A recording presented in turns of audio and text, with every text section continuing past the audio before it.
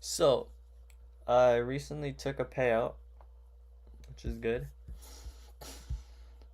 And now we have to reduce our risk so that we have 8 trades left. So,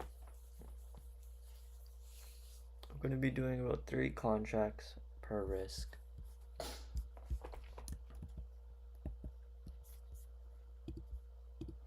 And we have to trade M and Q.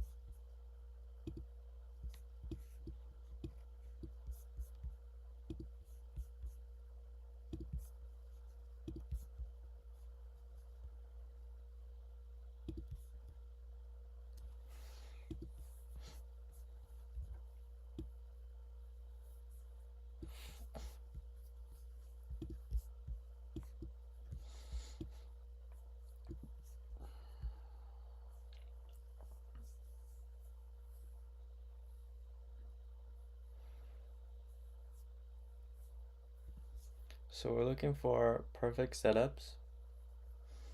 And my phone is off because yesterday my phone was on. I got a phone call and I closed my trade. Missed out on $1,500. But we're not going to bring that into today. We're just reviewing mistakes. So, phone is off. Our risk rules should be set to max 500 per day, but really it should be 300. But we'll just keep that there. And we're trading M and Q today. It's been a minute because I've only been trading ES, so we'll see how it goes.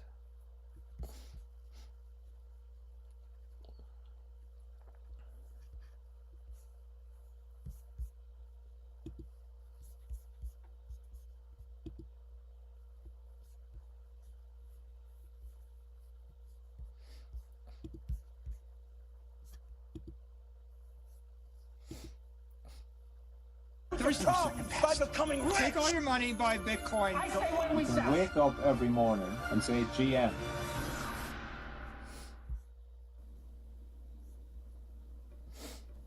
Jim.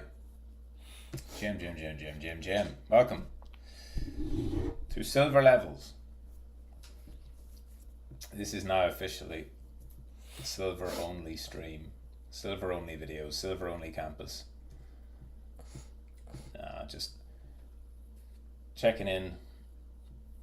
I was watching last night silver prices in Asia versus America on the futures. Still that significant premium over East, and touched on it yesterday whenever it was pulling back about how it's still premature to be calling tops on silver, but a really nice example of disrespect of the short-term trend, the 1 hour, and then breaks down to the 50 on the reclaim of the 50 back to the midpoint. But as a side note, main thing is that this rally probably isn't over, believe it or not. Believe it or not, if you just don't continually try to call tops on things until they break structure, trading becomes quite a bit easier. And that's really where we're at now. We're in a situation where people who don't understand, this is funny, I saw this on Twitter, the paper gold and silver market and the physical gold and silver, it's exaggerated to an extent, but it's kind of true. The problem, which is not a problem, it's great for silver holders, but the problem for people who don't understand markets or who are just caught up in speculation and hype, and even people who own silver, retail, these are all like reports, like you can see people are rushing out to sell their silver, and they were rushing out to sell their gold whenever gold went up as well. Because I know this is hard to imagine, but they're not moon boy retards like we are in crypto. I say we, of course. We don't act like moon boy retards, but we're in that community, And in crypto, typically when Bitcoin goes up, or a meme coin could be up 100x, and people would say it's not enough.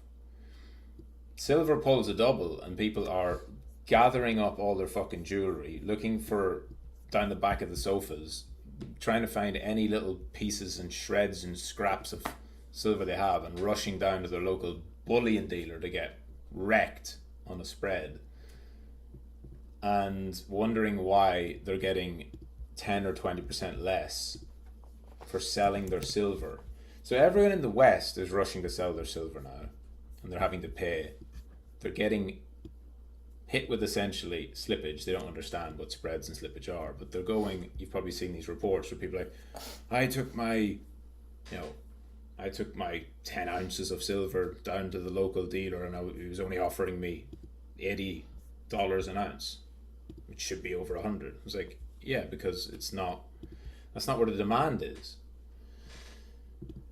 So the demand for silver is in Asia, because everything that is built that needs silver is built in Asia. It's really basic stuff. It's simple stuff. I guess it's not that basic, but with a little bit of research, right? All batteries, solar panels, electronics. How much of that's made in England? None. Europe? None. America? Very little. There's silver in semiconductors. America's got a little bit of that, and it's developing, but very little compared to Asia. Most of that is obviously Taiwan and other places. And that's where the demand is coming from. EV, solar, the two primary drivers, and other electronics. There's an actual shortage of physical silver for industrial purposes. So they don't need your great granny's jewelry that's silver. They don't need that. That's not enough. So if you're in fucking Boston and you try and pawn off your great granny's silver, they're going to give you a terrible price for it. Because where it's actually getting and fetching $130 an ounce instead of whatever, 110, is in Asia, physical. And they need the actual silver, and they need tons of it. So if you think of somebody buying it in the US or anywhere in the West, they would have to get it and ship it to Asia where it's actually needed, which costs money. And it would have to be then melted down and fucking re-refined or whatever, which costs money. So it shouldn't be worth $130 in your local fucking pawn shop in the States or in Europe or whatever. I think a lot of this is, and I'm no fucking expert, right? But I do understand, these things are not that hard to understand if you just take a bit of interest and read. I'm certainly no metals expert, no silver expert, but I understand how the world works. Supply and demand is pretty simple, right? This is not even about trading. This is just, most of what you see online truly is just fake engagement, bullshit, misinformation, and that, like Twitter, the algo, like a lot of it is just not real. And a lot of the engagement you see, or a lot of the posts you see, the weird thing about this, not even weird, I guess, like it should make sense. Like silver's doubled since November, more than doubled. Gold is up fucking astronomically in the last 2 years. Pretty much nobody on Twitter has made any money on this. And you know that because they're all freaking out. And there's actually no euphoria about gold and silver. There's fear. It's still fear. This is all, what does this mean? Why? Is the world going to collapse? And the closest thing that people can get to this being bullish is, well, this must mean there's a rotation into Bitcoin coming, which I posted last night, Trading Analysis, why that's dumb. This is a genuine shortage of physical, which now needs to be delivered. So for years and years and years and years, people wouldn't take physical delivery of their silver because there wasn't as much of a imminent shortage. And why has the shortage become so acute all of a sudden? Well, it's cause and effect, number one. there's been a shortage of silver for a long time. Silver's price has been rising since 2022. Like, it's gone from $20. It went from $20 to 50. For a large commodity, that's a lot. When it goes from 20 to 50, that's a significant increase in the price of something that's actually used throughout the economy, like throughout industrial purposes, production. That's not nothing in those 2.5 years, 3 years. And then for 3 months, it explodes, and everyone's like, oh, this is crazy. Some guy was comparing it to GME. Like, this is just like a meme at this point. It's like, no, it's not. It's cause and effect. And it turns out there's not enough physical silver to meet the demand. And if you want to know why it keeps going up, and by the way, it's not me, like, I'm not a bull or a bear on silver. I'm not trading it. I'm just observing it. But there's a very big difference here between like a silver move and even a gold move. The gold move is very different. The supply demand dynamics of gold are not as acute. Gold does have some industrial properties, but really gold's being accumulated as a hedge, debasements, de-dollarizing. More oil trade globally is being settled in gold now than ever before. Still, the majority of oil trade is done in dollars, but there's more being settled in gold than there was previously. So there's growth there. There's China's buying and so on and so on. It's a very clear move to try and like reduce reliance on the dollar.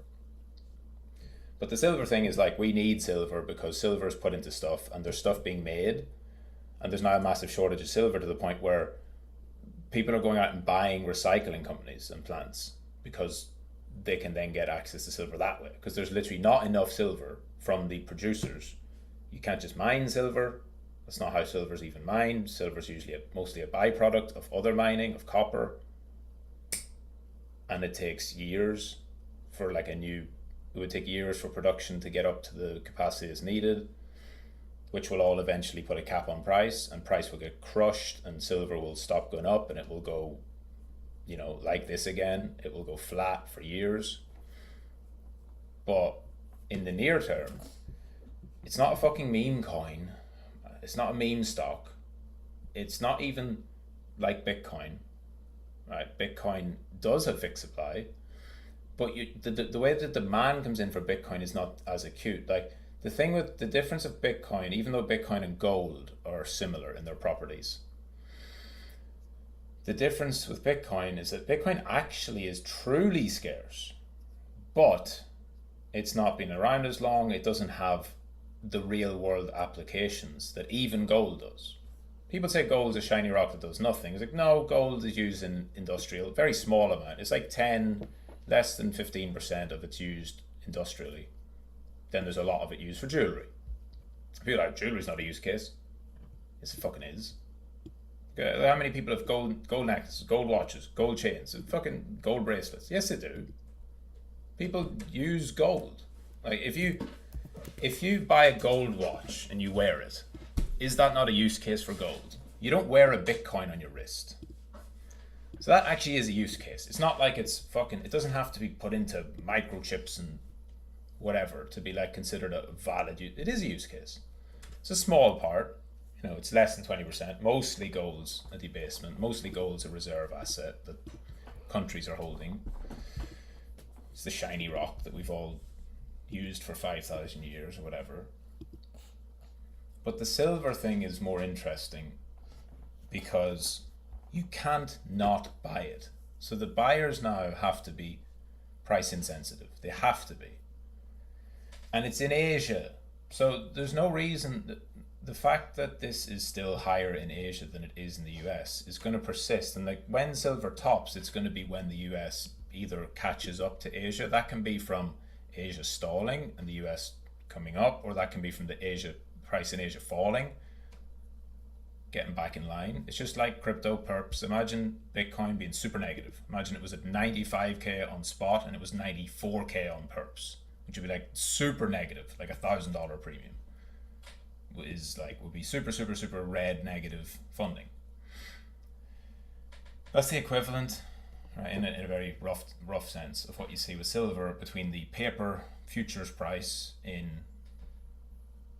America on the CME, COMEX, and over in Shanghai, which is the primary market where the physical is just in insane demand. And that can't stop yet, unless or until it balances.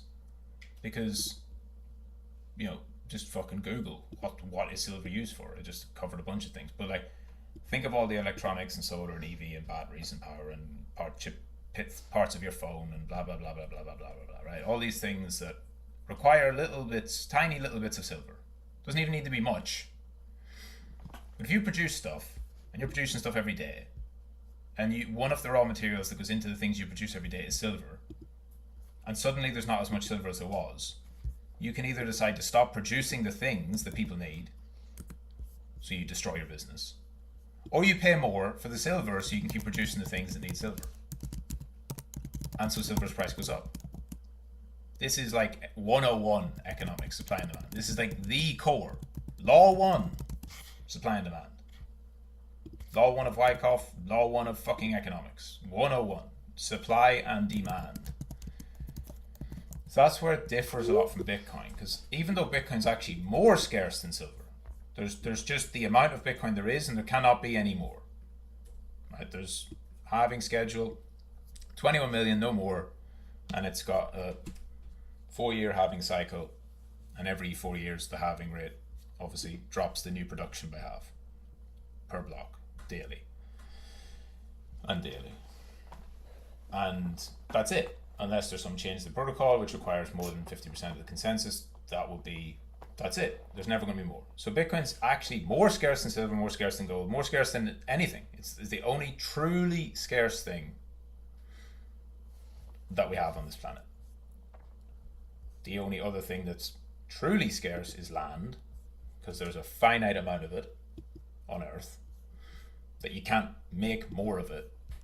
Right? Everything else, either more of it can be made or it can be regenerated or whatever. So then you're like, wow, why doesn't Bitcoin do this? It fucking does. It's done it loads of times. But it doesn't do it in response to, we need Bitcoin all of a sudden because the products we make need Bitcoin, and if we don't buy it right now at any price, our business is going to shut down because our customers won't have any products, and they won't buy from us, and they'll go to someone else. So the squeeze on silver is a lot more real in terms of, I don't know where this is going to top, and this is why talking about it topping is retarded. This is like a trend. This is not a trade. It's not like the silver gold stuff, the metal stuff in general, the energy thing. This is like much more likely to be a multi-year, if not like the rest of the decade, basically, trend. Which doesn't mean it goes up only. I don't mean trend in the sense of, maybe a better way of saying it, because traders think of trend as like this, because this is obviously a trend, like an uptrend, but it's essentially a secular structural shift. So the world has changed and is changing. The dynamics, because of AI and acceleration of tech and all that creates this additional need for silver, and it's going to be the same for copper. It's energy, right? There's one thing I posted last night, that just the US, and they've said this openly themselves, just the US are expecting their energy consumption for AI alone to go from 2%. So currently the energy grid, the electricity that they produce, 2% of it is used for AI.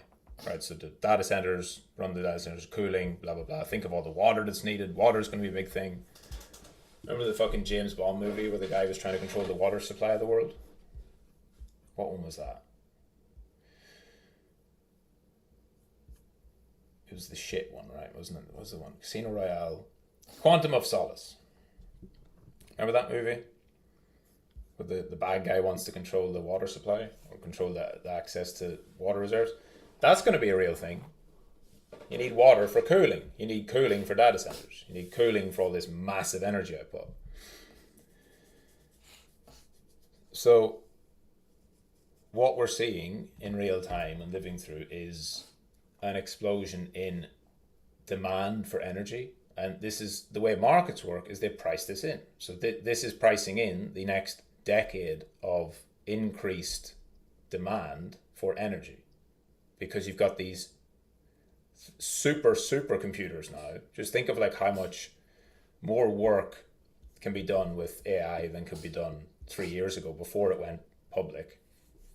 There's been AI for decades and be developing and blah blah blah, but now it's like every single person on the planet can access ChatGPT and fucking Claude and all that shit. And so every single time they click enter, it has to run, and you've got like usage limits and tokens and blah blah blah. Like that all takes memory, it takes power.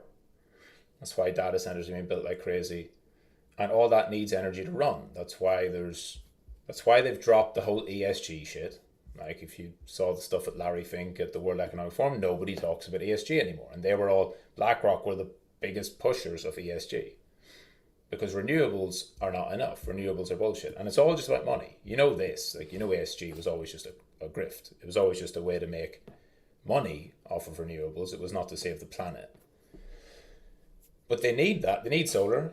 They need wind, hydroelectric, nuclear, oil, gas, coal, fucking anything is going to be it. That's it. Like there's going to be no barriers, because unless AI is a flash in the pan, unless it's a fad, which it's fucking not, right? It is like the new internet. Now, stocks and these assets, they will pump and dump, like, you know, scammy stocks and just like crypto coins will pump and dump if they're not real, right? You've had a dot-com bubble, the internet was real, but dot-com stocks crashed and the good ones came back. That'll still happen. But on the commodity side, like the energy side, that's not going to happen. You're not going to see them crash all the way back to where they started from. You will, of course, see them go down. Eventually this will get over leveraged. Longs will get fucking destroyed. People trying to chase it in a speculative manner will eventually get wrecked, as people do. I mean, people did even just yesterday. Silver went up and down 12% in the same day. So there's your first side. People are getting wrecked now trying to speculate on it, but that does not look why it's climbing higher. I wouldn't be surprised if it made new highs, or at least retested them. Because underneath it, the demand is real. And so this is also, you have to think as well. What does AI require? Chips. What does Bitcoin require? Chips. What does AI require?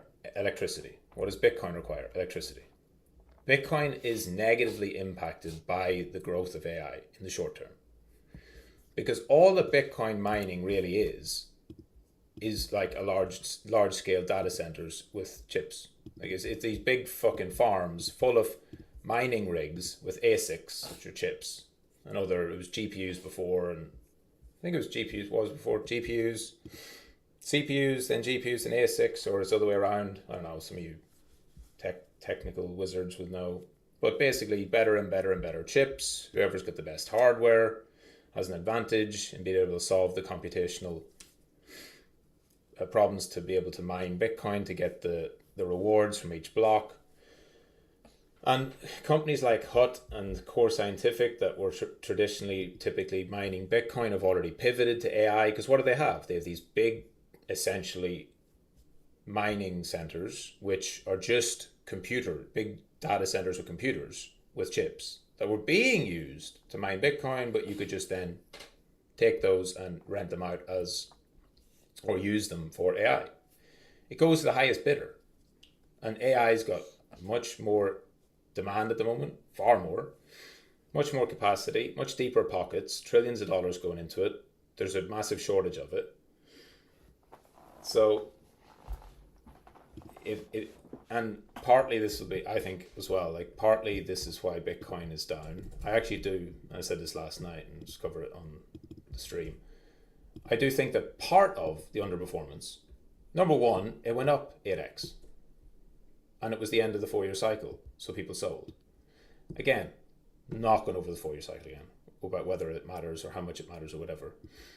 But if you look at like the difference between the price now versus what people think it's supposed to follow, I guess, just take tech, right? If you just take QQQ as an example and say, well, why is this, why is QQQ so strong and Bitcoin's so weak?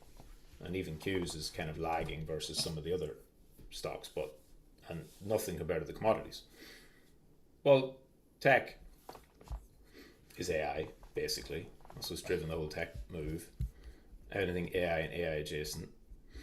And since October, tech has held up and Bitcoin has dropped. And is this as simple as that part of that was mining becoming less attractive and less profitable? And so miners pivot away from Bitcoin mining and over to renting out their, using the infrastructure they already have to facilitate AI in some way, because it's just, again, these are like mercenaries. It goes to the highest bidder. Why would you not? Because they have to mine Bitcoin, which is very energy intensive and very difficult, and then when you get it, you have to sell it, and we're near the cost price. So the break-even price roughly is like 84. This is very rough because it varies massively. I posted here last night. It varies massively because you've got two big inputs is hardware and electricity. So the price it costs to mine one Bitcoin will be different for different miners because it depends on how much your electricity costs.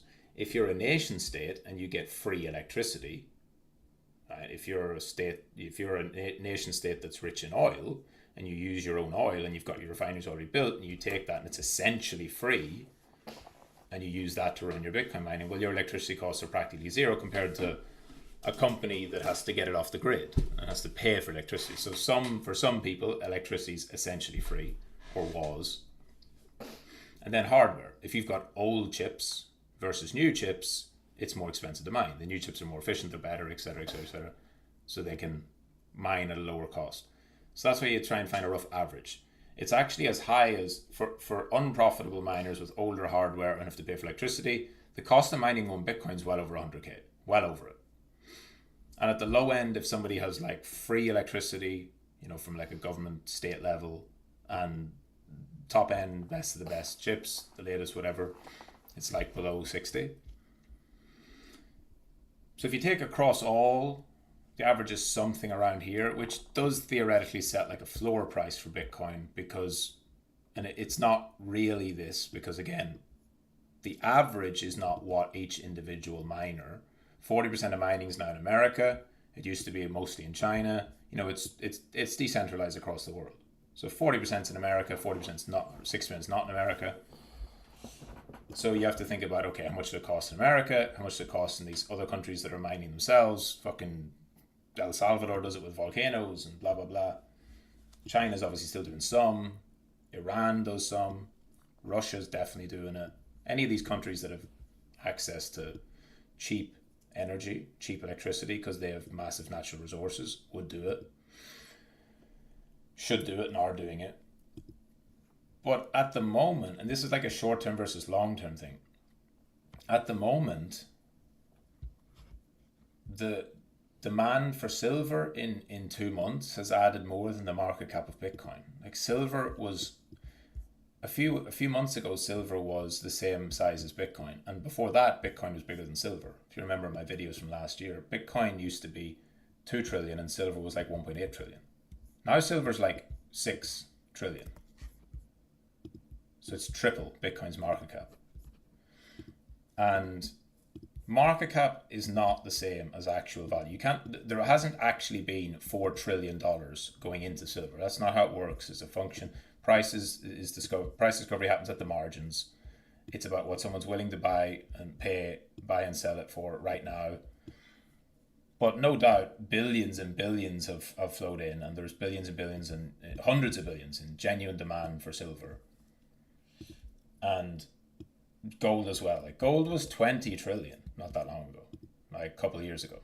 Because for a long time, Bitcoin was around 2 and gold was just around 20. Now gold is like 35. Gold is around like 35 trillion, 36, 35, and silver 6. I show this all the time. If you've watched for long enough, you've seen me on this page loads of times. Silver used to be 8 and Bitcoin was 7.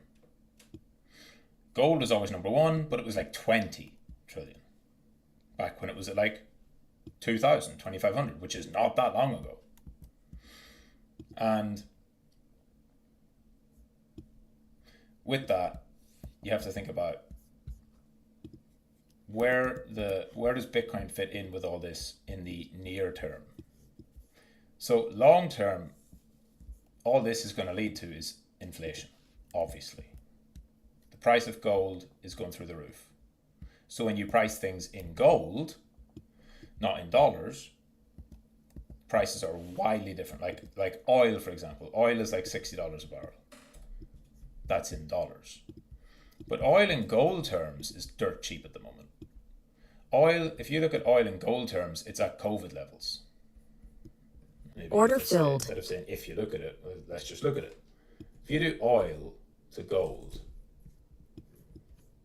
and this is actually relevant. This isn't some bullshit measure because I haven't got the exact number, but I was looking at it yesterday.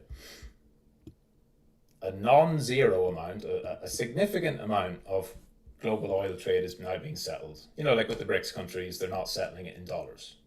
You have the petrodollar system, which for years was like almost all oil trade across the world was done in dollars. Now it's still like 70 or 80%, but there's more of it happening in either other currencies or settling into something like gold. And if you look at oil in gold terms, it's literally back just before it went negative, right? So literally when it was going negative in the COVID crash because of the shutdown and the fact that people couldn't take physical delivery. It's back there. It's back at May 2020 levels in gold terms. In dollar terms, it's holding up because the dollar's weak and gold's really strong. Does that mean anything for oil? Yes, I think. From like if you zoom out and think about this, and if there's not enough energy in the world for the demand that's coming, if the US alone are going to go from 2% usage of all of their electricity to 10% just on AI, and that seems pretty logical, right? Just look at how fast it's growing and how many more people are using it, how much more it's going to be used. This isn't a passing fad. This is a real thing. It's going to get better and better and better. It's going to have more use case and blah, blah, blah. So I think that's fair enough to say. So that then increases the demand for all forms of energy. In dollar terms, it's super, super important that they keep the oil price as low as possible, at least until the midterms. That's a political thing, though, because you want to have cheap gas at the pumps when people go to the ballot to vote, the polls to vote. But you can't control it. This same thing was said in 2022, right? It was also said in 2022 that they would, or going into, right, the start of 2022 here, when oil was running above 85, it was like, but midterms, right, Biden needs to win the midterms. They're not going to let oil go higher. They need cheap gas. And it went from 85 to fucking 130. Now, by the time it came around to November, it was back down at 82. So on a relative basis, you could see it fall 130 back to 80, and that Biden did a lot with the SPR, Strategic Petroleum Reserve, and basically flooded the market out of their reserves to be able to crush that down so that gas prices were lower coming into the midterm elections. That's very classic. Trump will do the same thing, no doubt. I don't know what size the Strategic Petroleum Reserve is now, but that is, we're here. This is January of 26. The midterms are November. So look how much happened in January to November of 2022. That was also coming off the back of COVID, massive inflation. There was truly rampant inflation. We don't have rampant inflation now, but they are running a policy of running it hot. Like they are planning for inflation to rise. We are going to have higher inflation persistently for years. This is straight up, they've said it. We're just going to grow. Growth matters more. We're going to pump all the money into private industry, and we're going to hope that there's a productivity boom from AI and everything else, and that even if inflation's 3 or 4%, GDP's at like 6 or I'm not saying that. 6 or above 6, maybe 8. Fucking Zoomers. As long as GDP is higher than that, then blah, blah, blah, we can say that it's, net positive, which of course it's not, but it ends up with higher inflation. And oil will rise in higher inflation environment. But when you look at it in terms of gold, it's already getting to a point of being like really, really cheap. So if you look at like oil in dollar terms, it seems like it hasn't moved much. But oil in gold terms, since July of 2024, let's say since April, when it broke down, it's down another whatever, right? The measure of it's kind of messy, but it's down a lot. Which actually makes it more, if it's all about energy, it would actually make it kind of sensible to rotate out of gold and some out of gold and into oil. It's not, I don't trade gold or oil, it's not a recommendation. I'm saying that if everything is going to require more energy, and that's why silver's moving, because more stuff needs to be built, and that stuff needs to be built because it's going to be used. And if copper is going to move as well, and copper is moving, because copper is also used in all of these industrial capacity. And if you just look at anything, like, it's going to be the same for oil and coal and fucking solar and blah, blah, blah, blah, blah. Like, it's all going to get more expensive, and then it's actually going to get way cheaper. It's usually how it goes.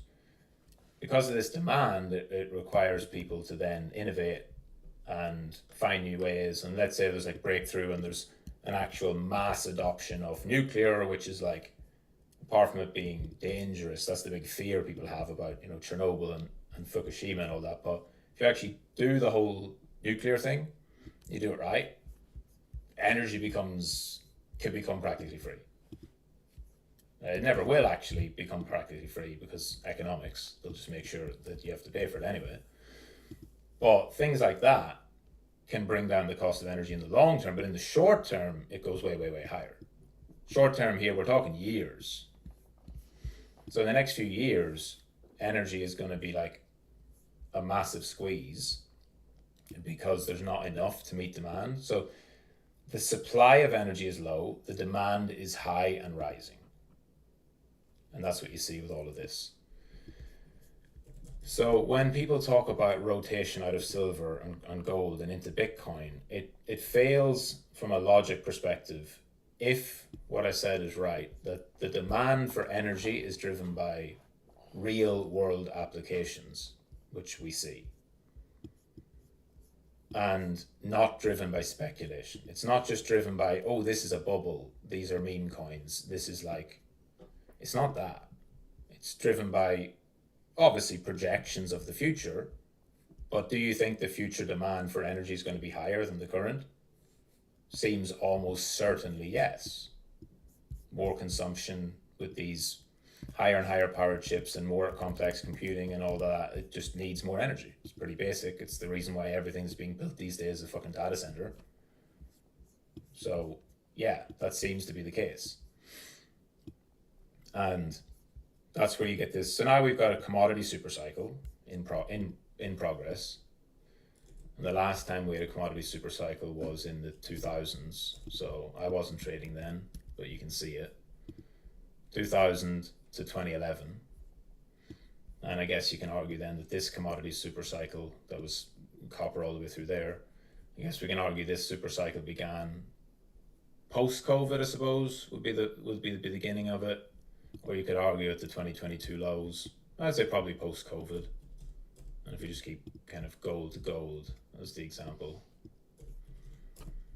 Super cycles are real, driven by real structural forces. And 2015 is when gold bottomed out. Order filled. And you can argue that 2000 is when it bottomed out, and 2010 is when it topped out. 2011 is when it topped out. So that was like 10 or 11 years. If you take it from the bottom as being the beginning of a super cycle, then we've made our 10-year move. And that could mean gold has, it's in its last year of pricing it in, and then it starts to move sideways again. Or you would say that came more off of the back of COVID, which I think is more relevant. I think really that COVID changed the whole world with the debasement, printing and everything else. because of course gold itself is monetary debasement, number one, and then all the industrial stuff comes after for silver and copper and everything else, all the minerals. So Order this filled. is like a multi-year thing. This is not a short-term. It's not a short-term trade. It's like a long-term structural trend. And if you just compare now, charts are charts and price is price. And I would not look at gold as being a good thing to buy here as a trade. But the other thing, this is a little bit like, it's not really complex, but people talk about the move on silver recently. So the move in 2025 was was a 5 or 6 sigma move, which means standard deviation, which basically means that for the average year for silver is like 25% volatility. The average move, realized move would be 25%, and in 2025 it moved like 125, 130%.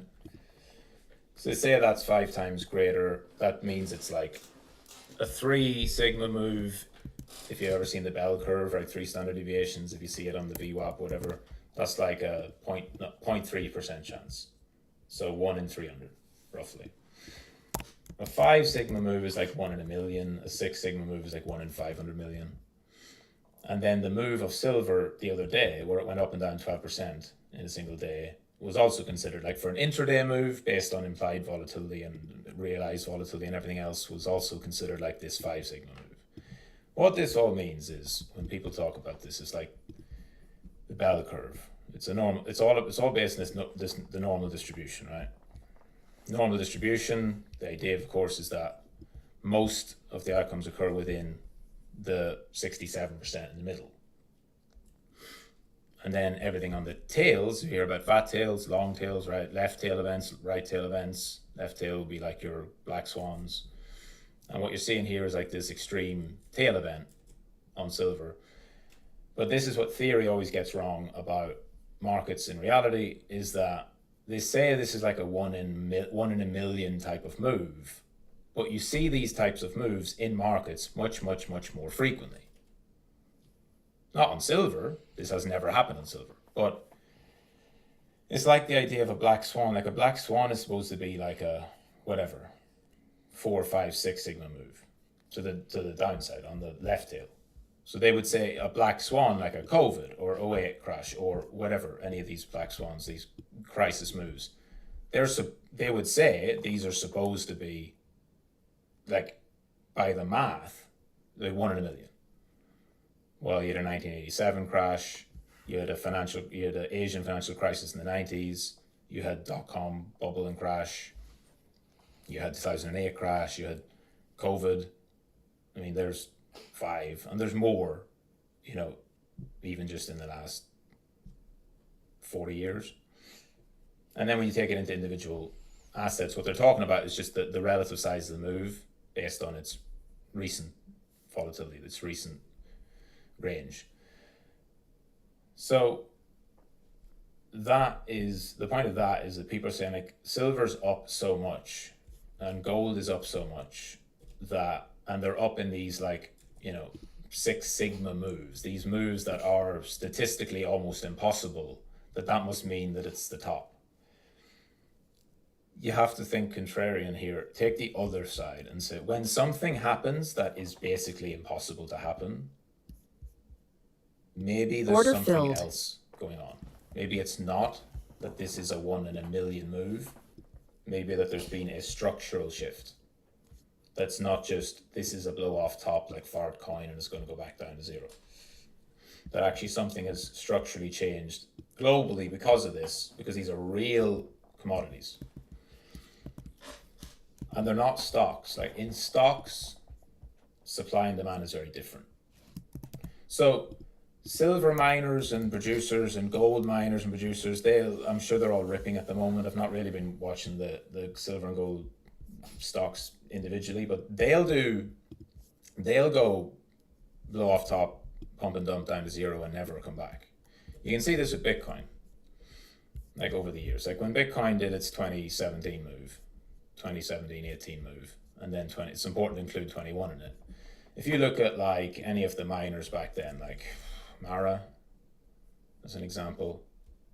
So there's Mara in 2017. Mara had its move earlier. That's a better one. Riot. Because this is like your comparison, right? So here's like Riot and how it's performed in those two moves. So the price of Bitcoin, actually, if you include all of this, right? Because Bitcoin is the commodity. Bitcoin is the asset underneath all of this. Bitcoin is the thing that has the actual long-term supply-demand dynamics in its favor. And long-term Bitcoin's demand profile is that it will rise because supply is fixed and there is ever-increasing demand. Maybe not right now at the amount people want, but there is. So when Bitcoin price goes up, the proxy, the miners, moon, they pump.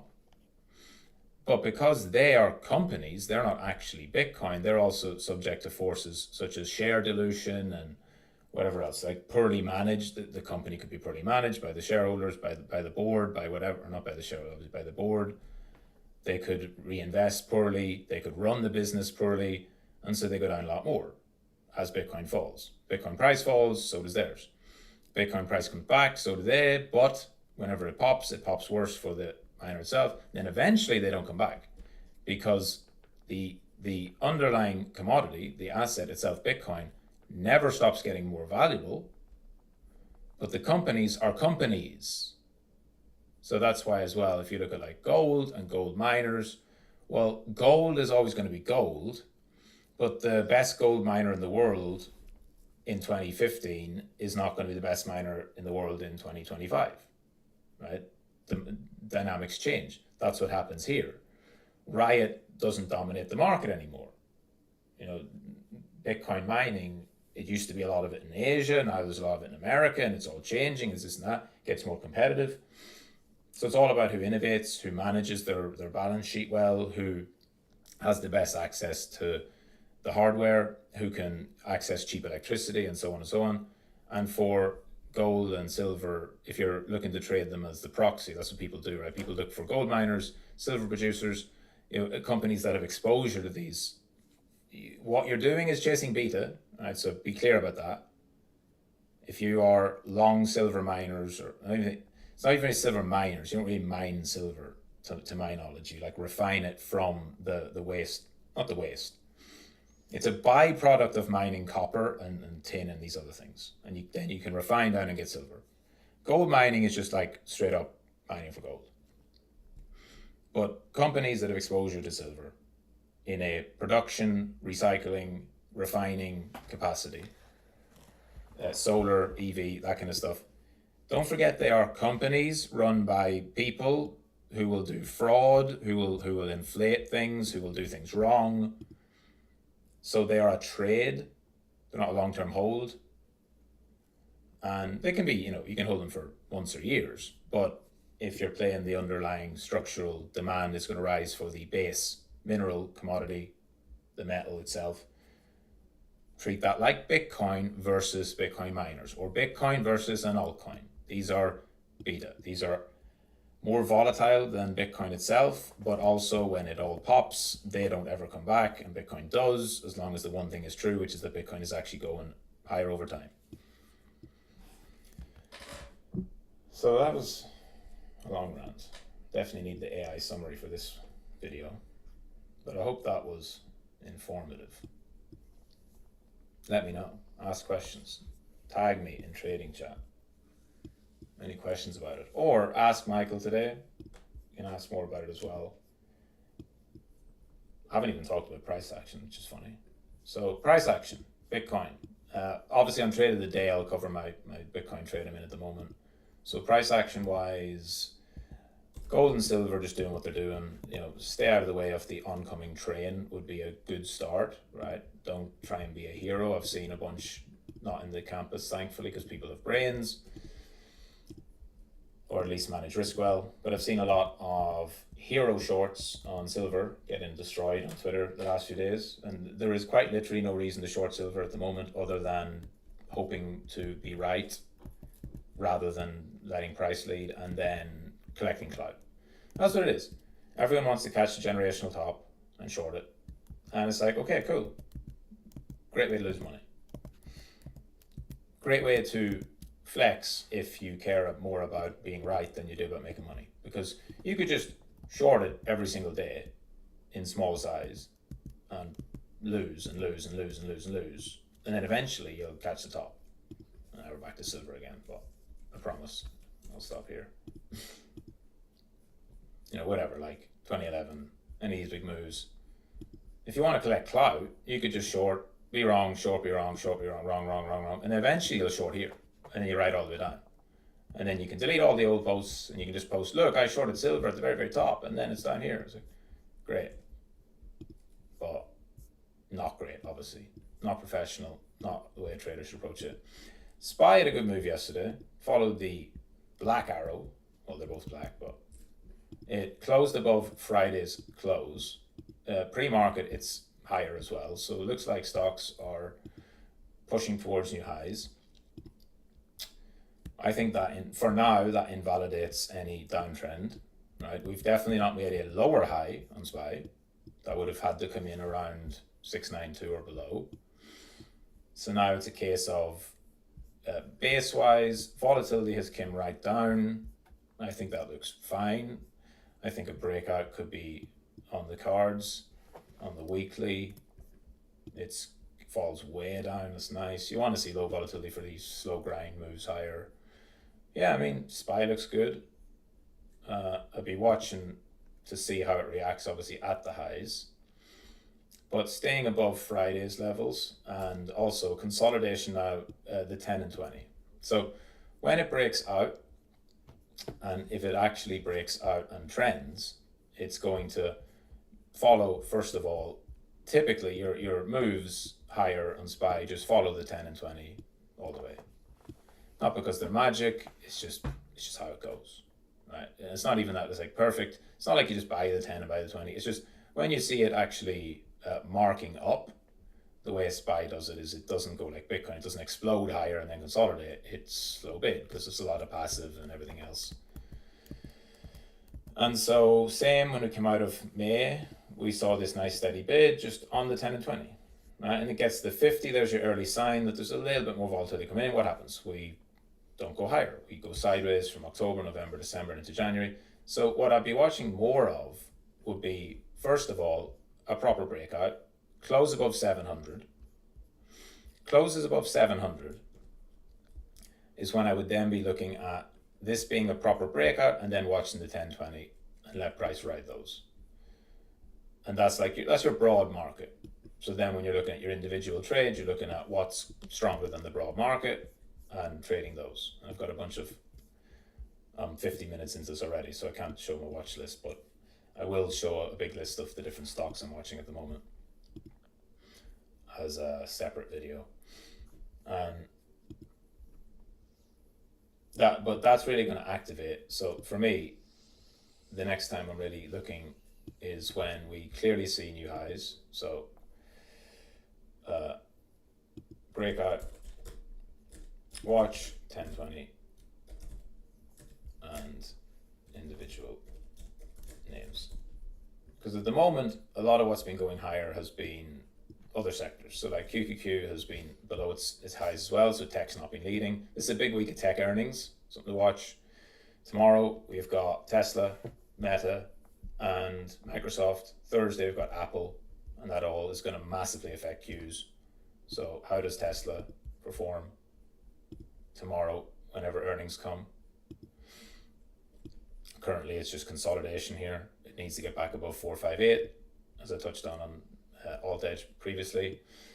Meta is rising into earnings, has put in a nice FTR bottom so far if it can hold and consolidate.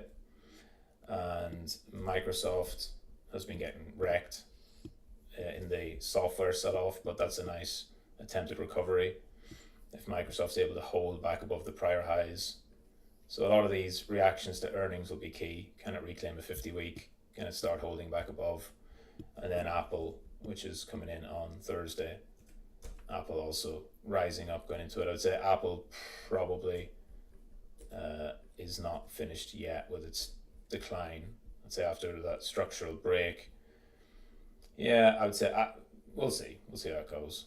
I would say a good move for Apple would be to get back above 265 and hold. But some of these we'll see. We'll see how the earnings come in.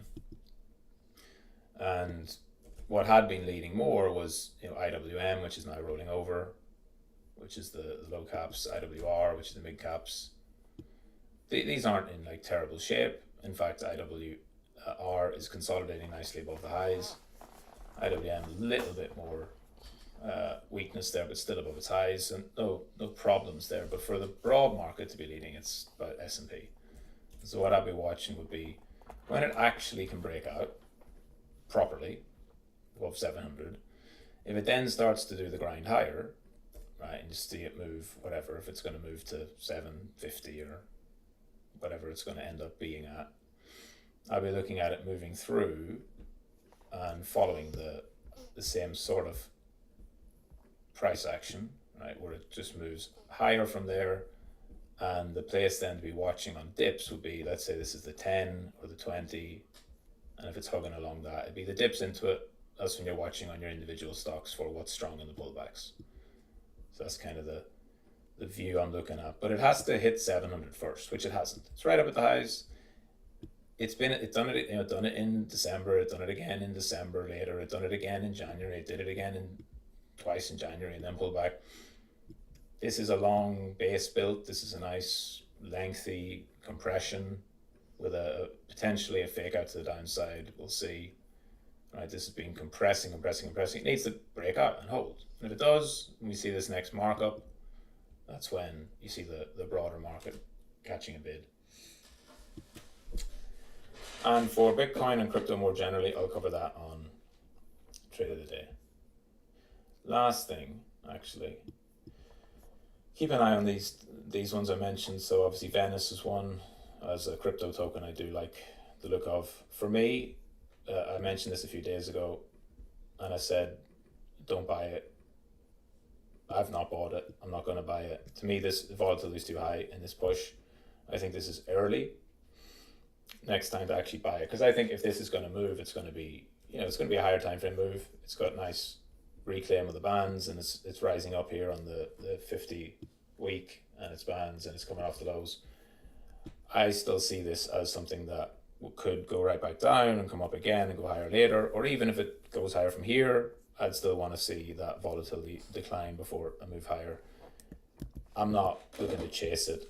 I'm not investing in it. I'm trading it very much. And as a trader here, this is not a place I would touch it. Volatility is too high. What you want to see and what I want to see is that wherever it goes, I'm not even going to draw the path. It's just I need to see this come back down. And that is where price compresses. Right now, the daily ranges are wide. That's why you have a high ATR. The volatility is high. And that's not conducive to a solid breakout, right? The volatility came all the way down and crushed down to nearly zero here, right? When you see that, that's why it's able to move up nice and slow and steady, and just up. Then it blasts off in spikes, gets attention, people start to pile in until that comes back down. If the volatility crushes back down and price stays like that, that's really bullish. If volatility comes all the way back down because price is slow bleeding, then that just means it's going to do this and base, and you'll have to wait for it to come again. A little bit like the AKT price action from 2023. And so that's what I'm watching. And then PER, which is actually going to open significantly higher here based on pre-market. This is the Hyperliquid treasury company. And I talked about hype at the weekend and how Hyperliquid's got is having this big trend of or this growing trend of TradFi. You can trade NASDAQ, gold, you can trade stocks and everything. I think the best exposure to that would be through PER. This is also a very low cap, and it's getting some attention on social media as well. So if you look at like PER stock, the market cap, it doesn't even show the market cap there, but it's not high. the market cap is 450. It's 500 million, and the volume, I don't know if that's 3 million shares or not. This will be in Order shares. filled. The volume is 3 million shares. So I mean, it's trading $10 million, or it traded 10 million yesterday. That's not much. $10 million is not a lot of volume. If you think about, compare that to Bitcoin, which obviously you wouldn't compare to Bitcoin, but like take not even Bitcoin, right? Let's go highest volume. Bitcoin, Tether obviously, but Bitcoin 40 billion, Ethereum 25 billion, Pax Gold 10 billion, Solana. These are bearish markets, right? 3.7 billion, XRP 2.3 billion, Sol, well, let's wrap Sol, BNB 1.2 billion. These are all billions, billions, billions. We're talking that the per stock is trading 10 million in volume. You know, that's like volume wise. I'm not saying it is a meme coin, but volume wise, that's like a meme coin.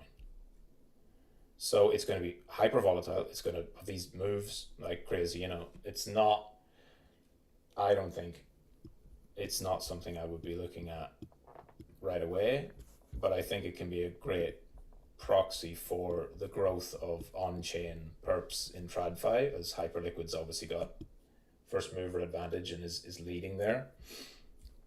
The IPO price, the top of the listing day price is always one to watch.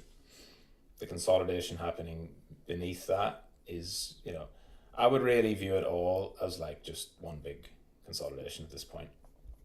Right, from the listing price to the recent lows to where it is now, and I see it as that. It's consolidation. Some people like to buy these things early and just sit and wait, and they're like, okay, 2026, if Hyperliquid continues to dominate in this space, then PER is a good proxy for that, and I'm going to hold it. That's not my style. I'm going to trade it, not bag hold it. Because to me, it's still consolidation, and it can break from this, and it can go up to there, and it can come back right down, and it can go sideways, and it can build up, and and then I want to get the breakout. And when it trends, and you've got enough, you know, there isn't even a 50-day EMA yet. The bands are barely forming. It's, you know, it's not developed enough price history, price action for me to take it seriously yet. But you're seeing this first wave, and that's driven a lot by social media, right? So there's more posts about it now. There's more people catching on to this. The silver and gold moves have exposed that, and it's like, oh look, you can trade silver and gold on Hyperliquid. Hyperliquid's got this HIP3, which is their where you can trade these things, you know, TradFi essentially, and just social media alone is enough to push this, but it's not a lot of volume. It's not very liquid, and so I'd be very careful about chasing into the first momentum, hype-driven move, and so that's why I'm not. But it's on my radar for the year. I'll keep it on my radar. There we go. That's an hour. GM.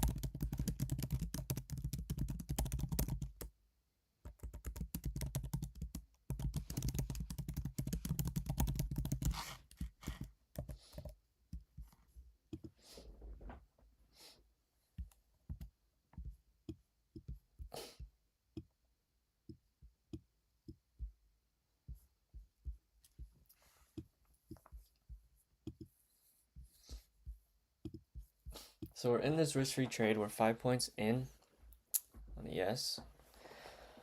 We're just gonna hold it.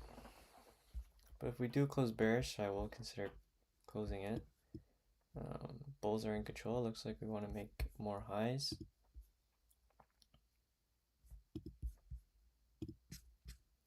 Like the levels that we can target here, I don't know. It kind of just looks like it's mean reverting, but who knows? We can make more highs. We can fill this gap or at least touch these levels here. Something like that is possible. Will it happen? I don't know. We just have to set it and forget it. Like that's the best thing that we can do. So if it makes new highs, then we're 36. But it's risk-free, so we might as well just hold it and see where this can take us. There's nothing else really I can do. It doesn't seem like a strong trend day, but if this closes with bearish volume, then I don't know if we should just consider closing and taking profit. But there's more upside if we just hold, so there's more we can gain and very little we can lose if we just hold this.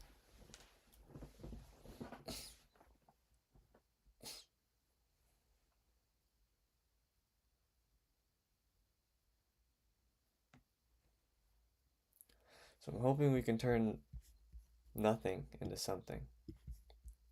That's pretty much what I'm shooting for. But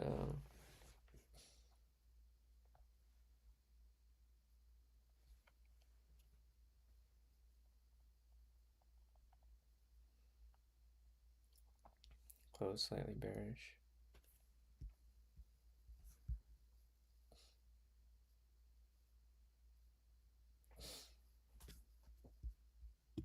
Doesn't seem like there's a lot of sellers.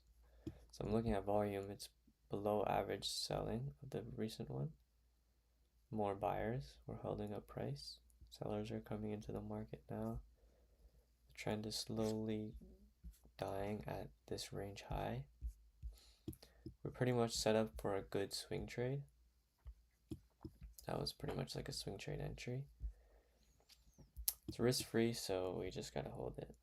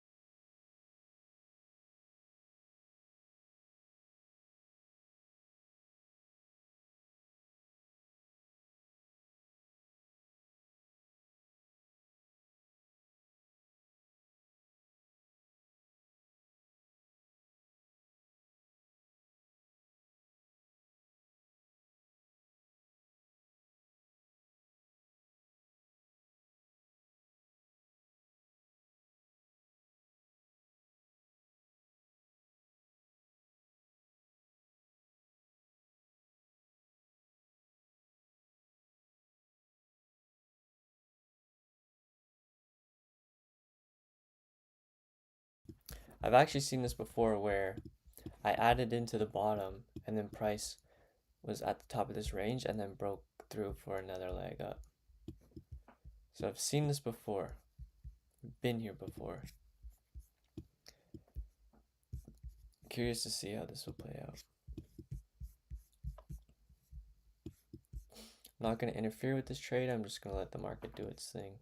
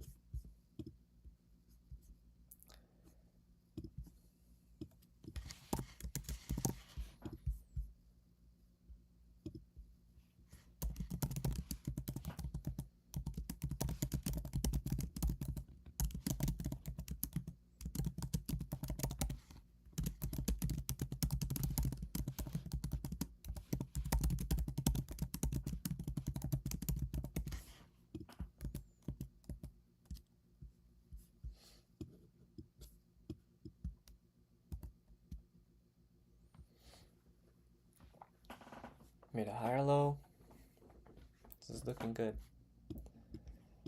Bad day could potentially turn into a good one. Well, not a bad day, but like one good trade, one bad trade, and then this setup is looking pretty good.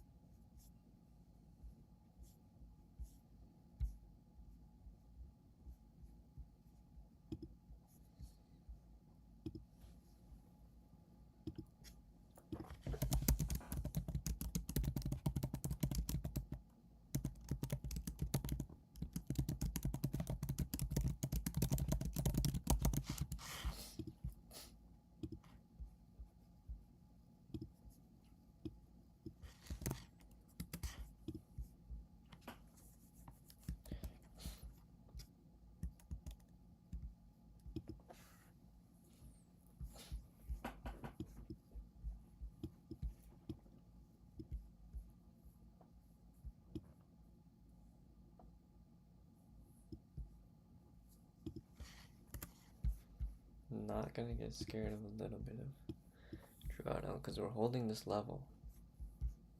Sellers don't have enough pressure to sell at this point, so we're holding this level.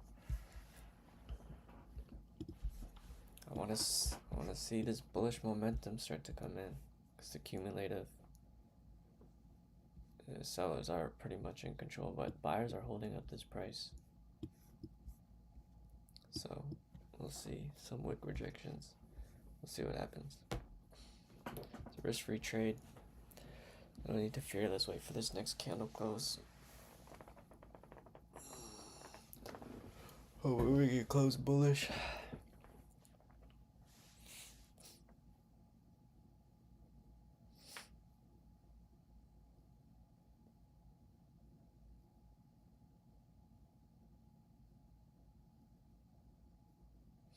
Doesn't look like it looks bearish. So let's pretend.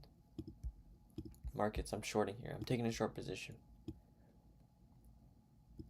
But I'm not actually taking a short position. See, I'm trying to trying to trick the system.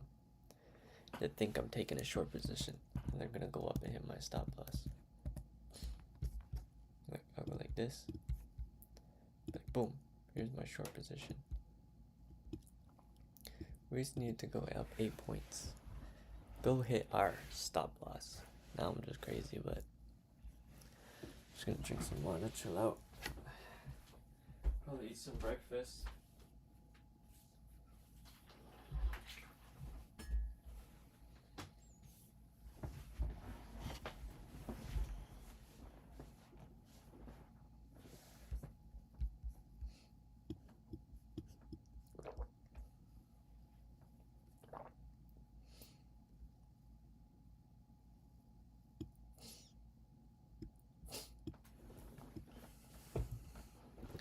Nah, it's all or nothing, bro. We don't want to secure those minor profits. All or nothing, bro. Take my money or give me my money. But I'm not scared of you. I have no fear.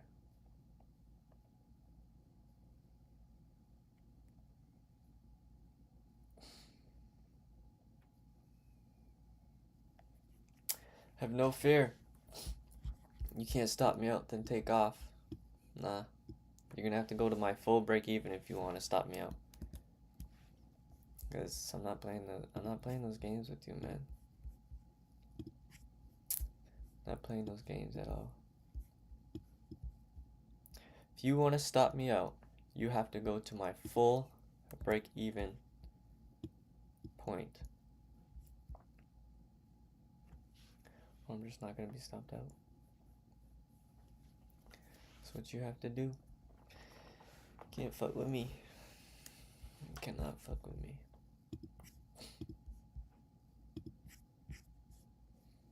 Totally calm managing this trade. Cannot mess with me, bro. See how they tried to stop me out and now they're gonna go take off? See how they tried?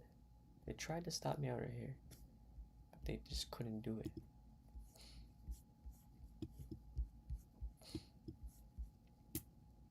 Yeah, I'm not playing these games.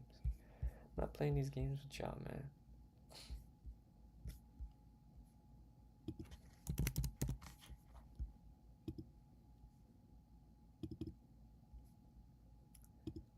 See how the volume is on the 15-minute chart.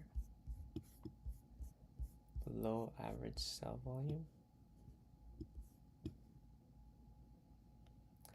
See, the sellers are getting weaker and weaker. That's what we like to see, especially if we're in a trade for long. Sellers getting weaker.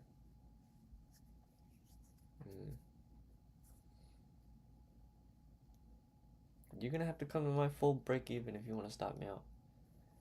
But you're not just gonna stop me out then take off. No. I'm not gonna play these games with you, man. I'm not gonna play these games. There's sellers, but they don't seem super strong to move price.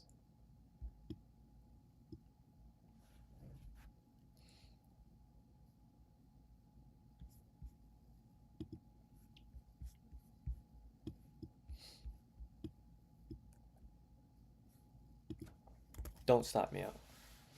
Don't do that.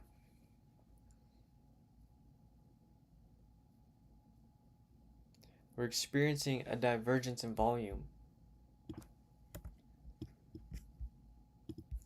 Sellers are coming down like this. See that? It's not a lot of sellers. Just don't stop me out. Keep me in this trade. We should be Gucci. We should be in the clear. If we can survive this, I feel like we can go for higher prices. But we have to survive. Have to survive this right here.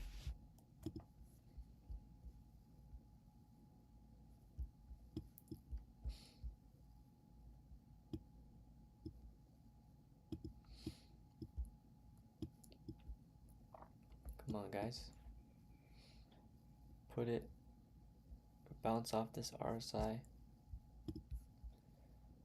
RSI goes up. Volume turns green. We get a big bullish volume candle like that. In the most ideal situation, that's what occurs. That's what happens.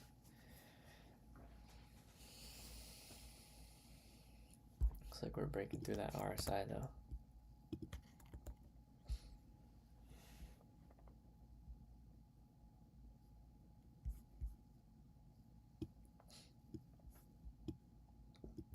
This is a fair pullback, bro.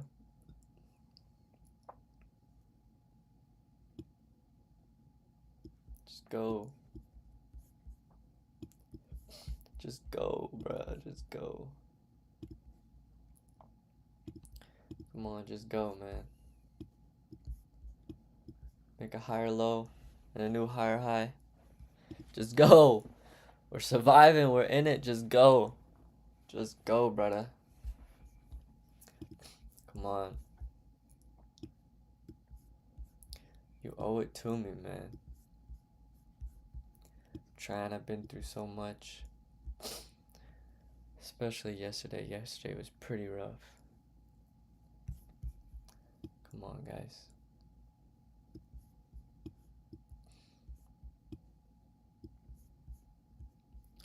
Above that EMA. Just flow up. Come on, guys. We're getting a divergence in seller volume. Just flow for me, man. Flow for me. There's nothing I can do. Just hold off. Just flow for me, man. Just do it. Just flow up. Let's put a gun emoji. Or a blowing emoji. Where's the... We'll blow a kiss.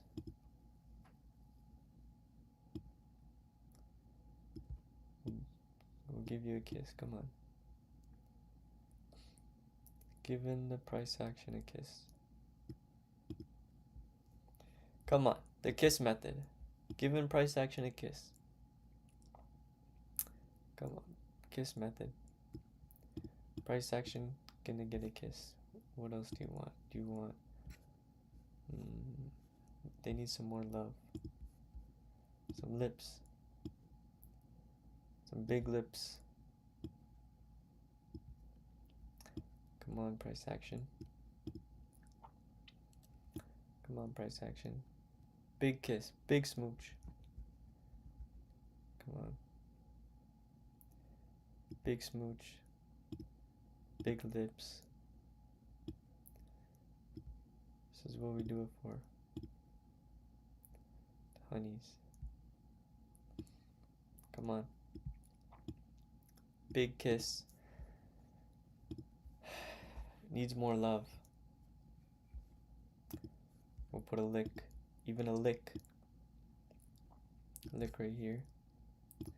And then we will put more love.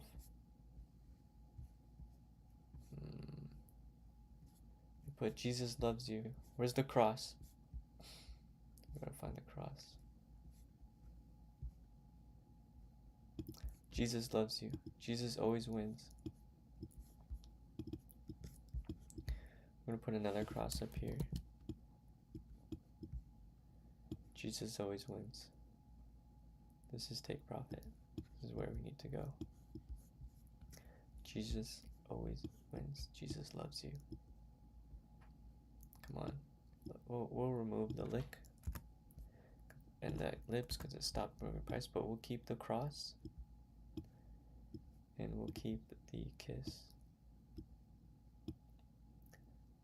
Jesus never fails. Always submit to God. He will love you for all your sins that you've ever committed. Ask Him for forgiveness because He will forgive you.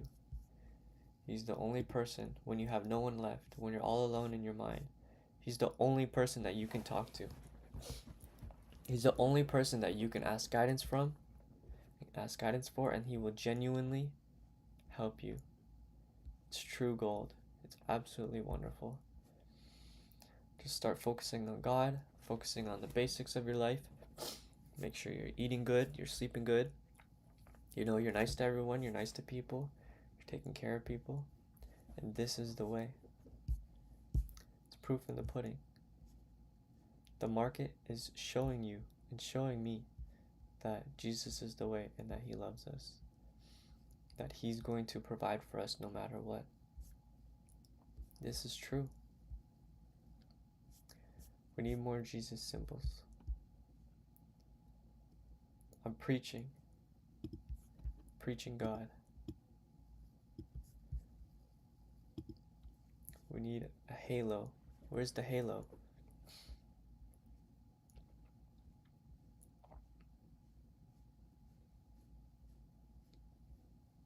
Where's the halo?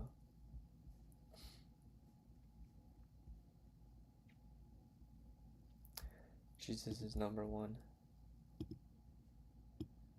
Alright, let's move these up a little bit. Jesus is number one. I preach. Jesus is number one. You have to pray to God whatever you believe in. He'll always be there for you. Where is the hallelujah symbol? Do we have it here? Oh, also, let's say a prayer. So, thank you, Lord, for this day. Thank you for waking me up. Please protect people that are less fortunate than me and that need to be healed. Please protect everyone around the world. Spread love, because love is a gift.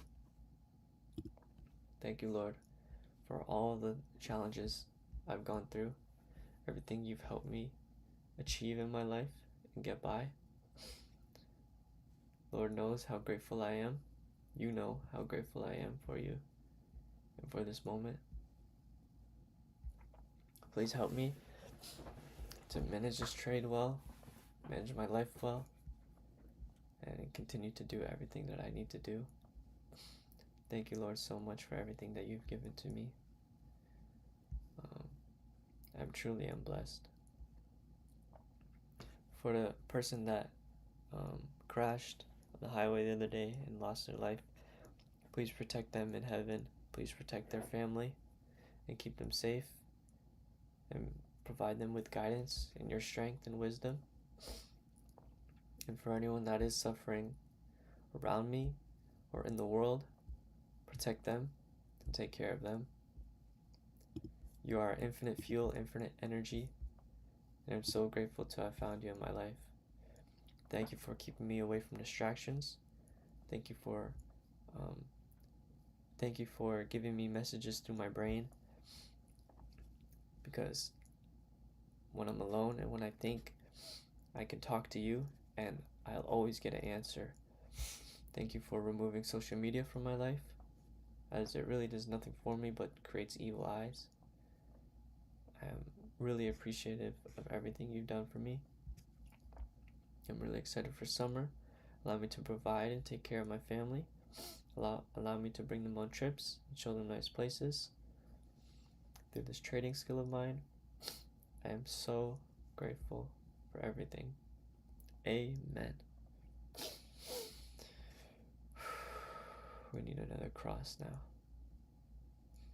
Peace.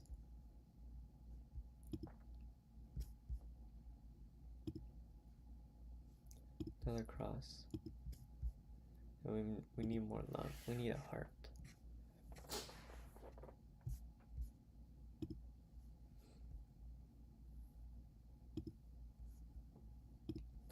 Peace and love and prosperity.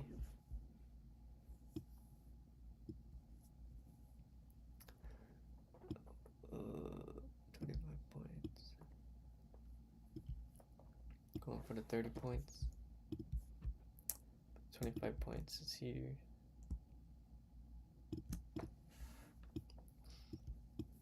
God really does provide. Look at this, man. God really does provide. If this isn't proof in the pudding that God will provide for you, if you just pray to Him and keep your center towards God, He will provide for you. He will show you the way. He will show you the light. I believe this with my soul. I believe this with everything. That, like, I went from last year of just had setbacks last year. I lost a bunch of money. I was smoking weed. I was drinking here and there. And you said, I know what? You said, you know what? I'm going to lead myself towards God. I'm going to pray to Him, and I'm going to ask for Him again in 2026. And I did, and I achieved so much. I already achieved my first payout. In 37 days, I achieved my first payout on Top Step, all because I was consistent. I stayed focused in what I was doing, and I put my trust and faith in God. And I'm very grateful for that. I'm very grateful.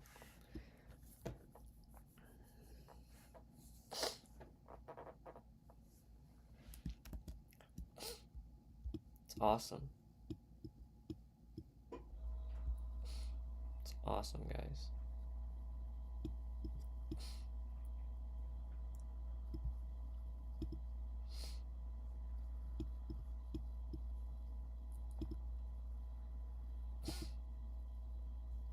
It's awesome. Like, I have a strong feeling this is going to be a strong winner on a Tuesday. And I don't know, I just have a good feeling. I had a good feeling about this entire week. And I'm not scared. I can't be fooled anymore. I've been set free. Been set free through my checklist. I'm really hoping that things can be fixed, though. That I can continue to do well.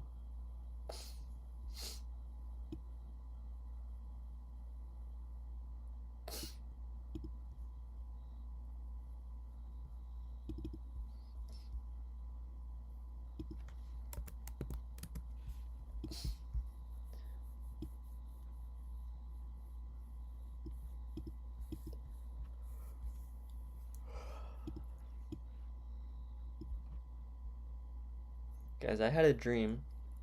I picked my little brother up in a red drop top Ferrari. Isn't that wild? Isn't that wild? I had a dream. I picked up my little brother in a drop top Ferrari. It's crazy. Guys, my girlfriend won't wake up, bro.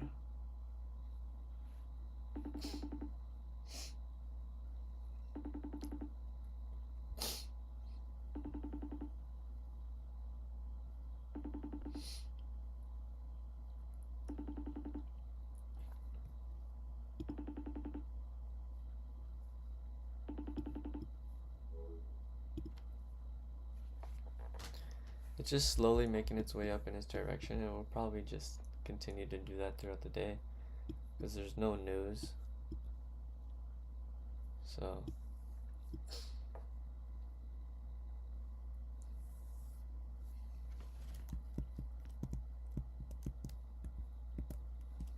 look at what God has done for us.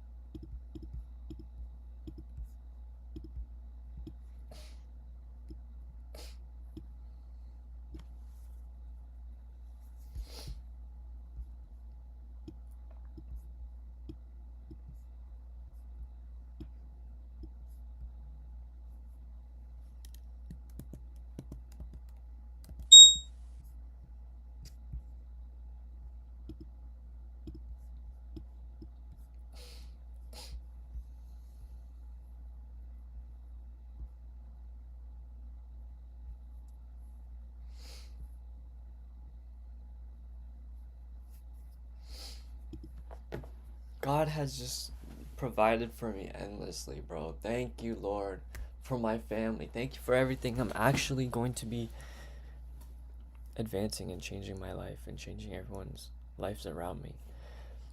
And I found this through trading. I went through so much suffering. I went through so much distractions. I tried every shortcut. I did everything besides what I knew I should have been doing in the first place, which is proving consistency. Praying, bro. I pray every morning and every night, and I absolutely love it. I'll pray when I wake up, and then by the time I lay my head to rest, I'm like, wow. I prayed again, and then between those two prayers, I gave everything. I gave everything to that day. I did not waste time. God rewards those who do not waste their time. God rewards those who try. God has a basket of goods that he's just waiting to hand out, and he's just watching all of us. He's saying, who's trying their best? Who actually wants it? Who shows up? Who wakes up every day and is consistent in their life and actually tries every day? God will always reward those that try every day and create good habits and stay away from bad habits, that stay away from Satan's toys, stay away from all of that garbage. You just have to stay away from it and just focus on doing good for yourself, for your family, and you can get beautiful things out of it. It's wonderful. It's absolutely wonderful, and I'm living proof of it. I'm currently living proof of it, and I will continue to be that proof.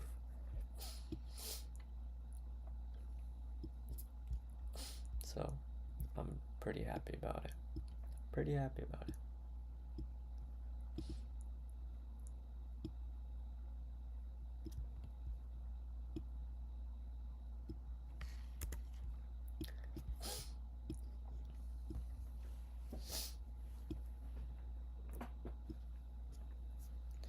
Buyers are coming in the market.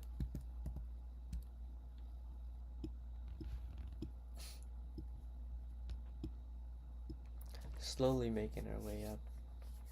I think this will be a full take profit trade. I just have that good feeling. I just have that good feeling of abundance, man. It's just, when I took my payout, I was really upset because I missed out on a full trade. And then my girl called me. But I patched things up. I have no open loops. So if God rewards me with a full trade today, a full take profit, the irony of that, because Sunday night, I was like, I feel aligned, but there's just one problem, and it's me and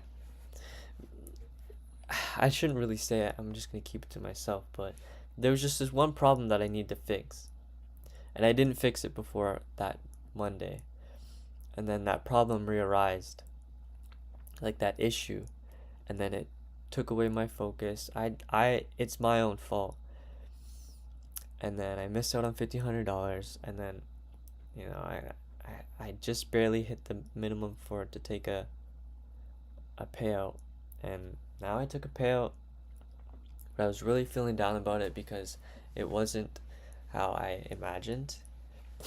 But now I feel like everything is fixed and I'm working, everything is going well, so this is looking pretty good. Now in terms of price action, we have some resistance at 7:017, so we're just gonna trail our stop loss, but hopefully we can break and close above it and go to 77035, because I believe we are still trending. See how price tried to shake us out? Can't shake me out, man. Can't do me like that.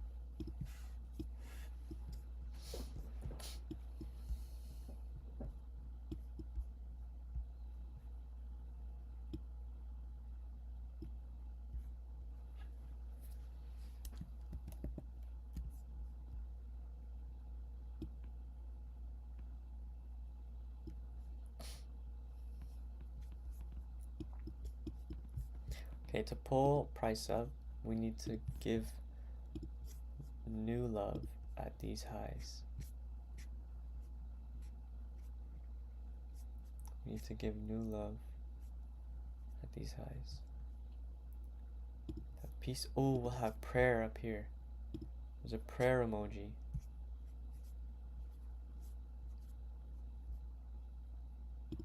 We pray. Yes. We pray. Love. This is gonna work. I don't know for sure. I don't know how I can tell you I know it's going to work, but I have this feeling. I have this feeling that it's going to work, and I believe it. And if you believe it hard enough, then it becomes true. Which is funny. Which is quite interesting.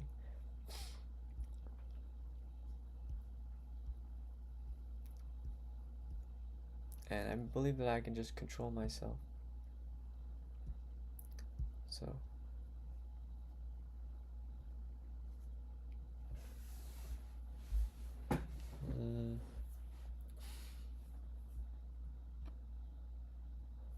yin and yang, more peace. Peace is up here. Peace and love. Peace.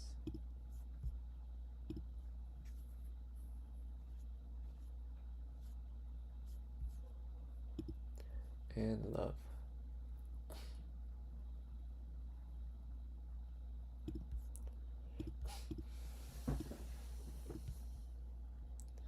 So this is the current trade setup, guys. This is what we have going on.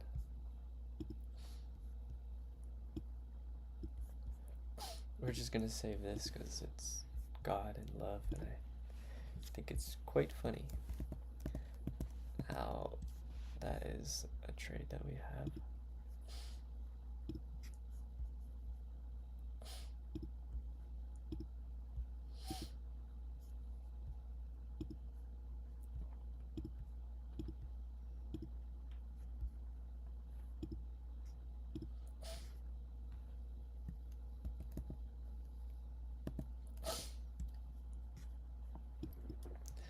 This trade is gonna work out, guys.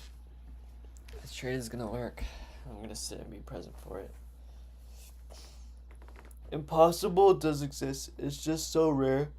Most people have never met it.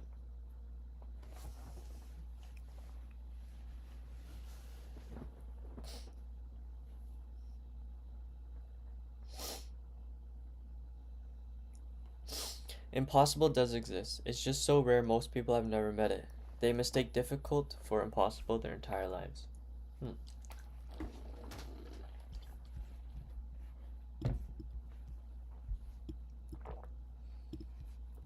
Interesting.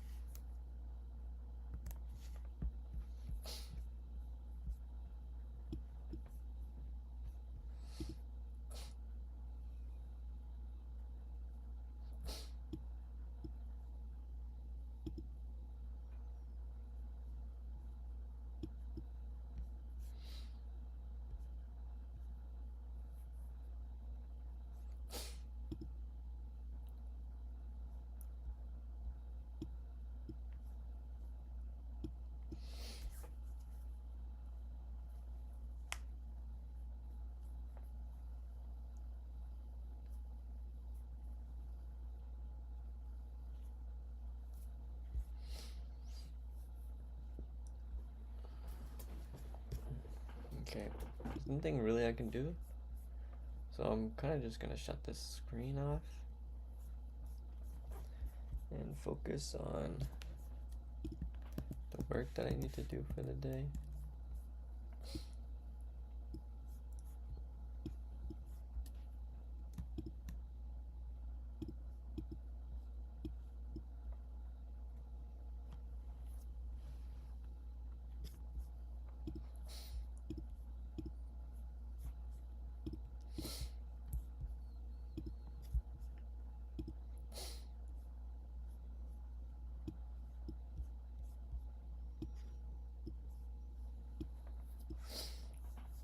have a good feeling about this trade. I just shouldn't touch it.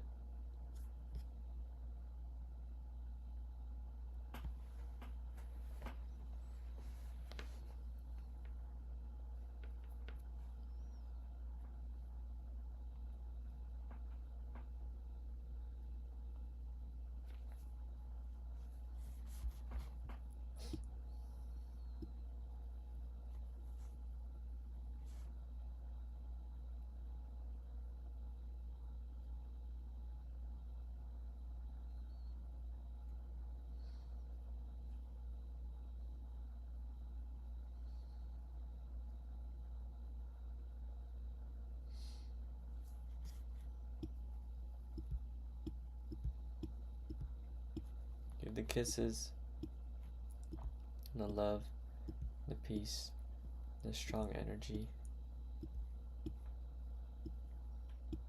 This is the method, guys. You fight the evil with love. That's the only way to win.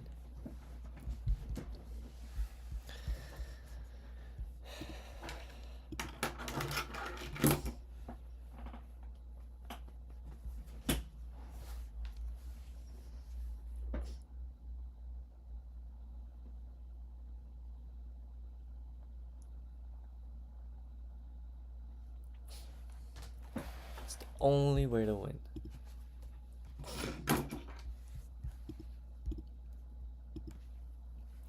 Right, let's take a look at dollar trading. Now, I'm going to show you how to do it on Bybit because I have a Bybit account. But you can do it on any exchange. It's the same thing. It doesn't matter what exchange it is. So please do not ask.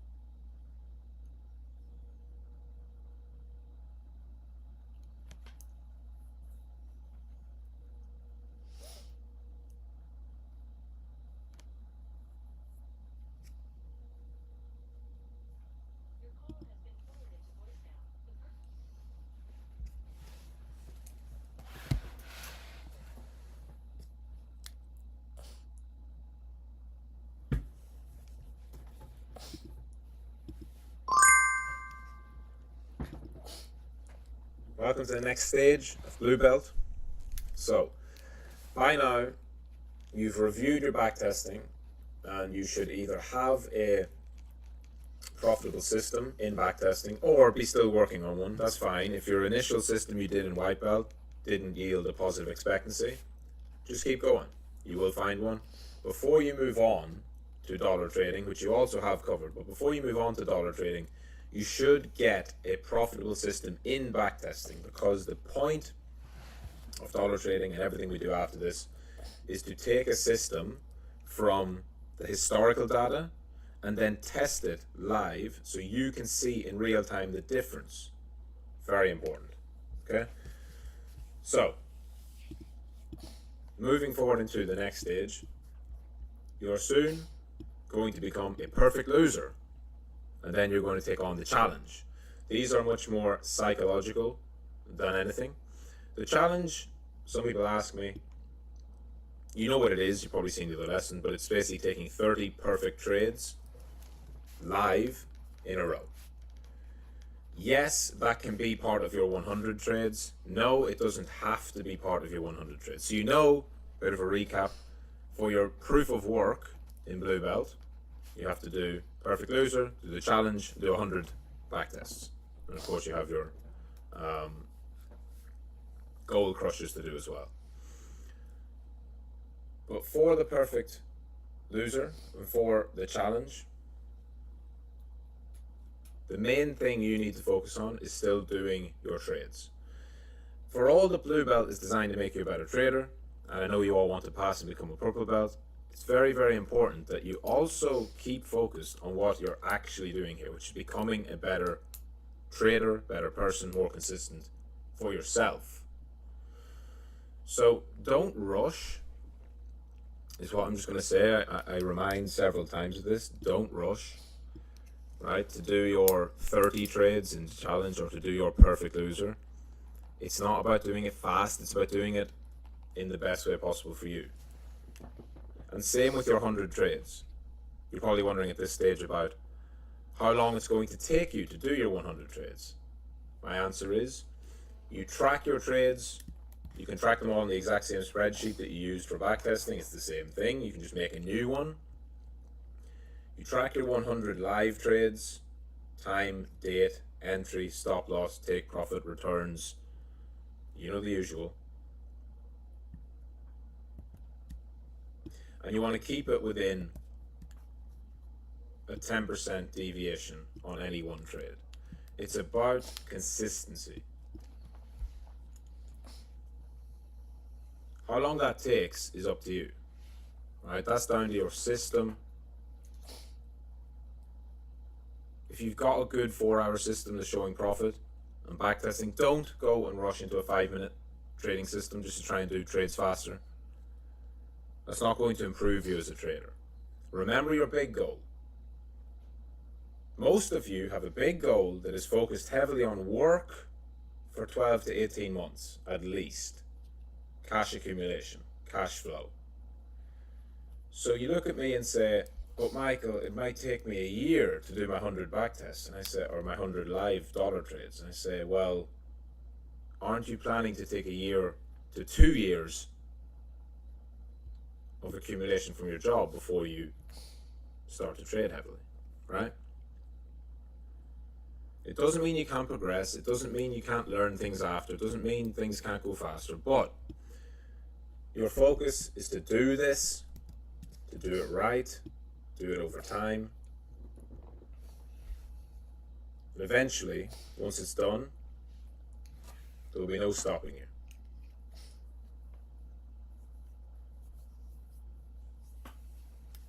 It's going to take a long time for some of you, right? That's part of the path of being a trader. If you're not in this to trade for 20 years, then you shouldn't be in it at all. It's not a get-rich-quick scheme. It takes years to learn what you need to learn. And I repeat this over and over and over again because I didn't know this when I started. I didn't listen. I didn't have anyone to listen to when I started. I foolishly and arrogantly thought that I could make money in my first year. And I did make money. But then I lost it. And then I made some. And then I lost it. So don't get 2 months of profitability and think, oh, I'm a trader now. Look, you're not. You have to get kicked in the face a bunch of times. You have to have many months where you make no money. You have to see yourself make money and then lose it. And you can do all of that with your entire net worth, like an idiot, like I did. Or you can listen to me. And you can dollar trade for whether it's 3 months, 6 months, 12 months. Who knows? But you will learn so much because you're going to do those 100 live trades. And you might think you understand 100 trades because you did backtesting, but you don't. 100 live trades is going to have a streak of 6 losers.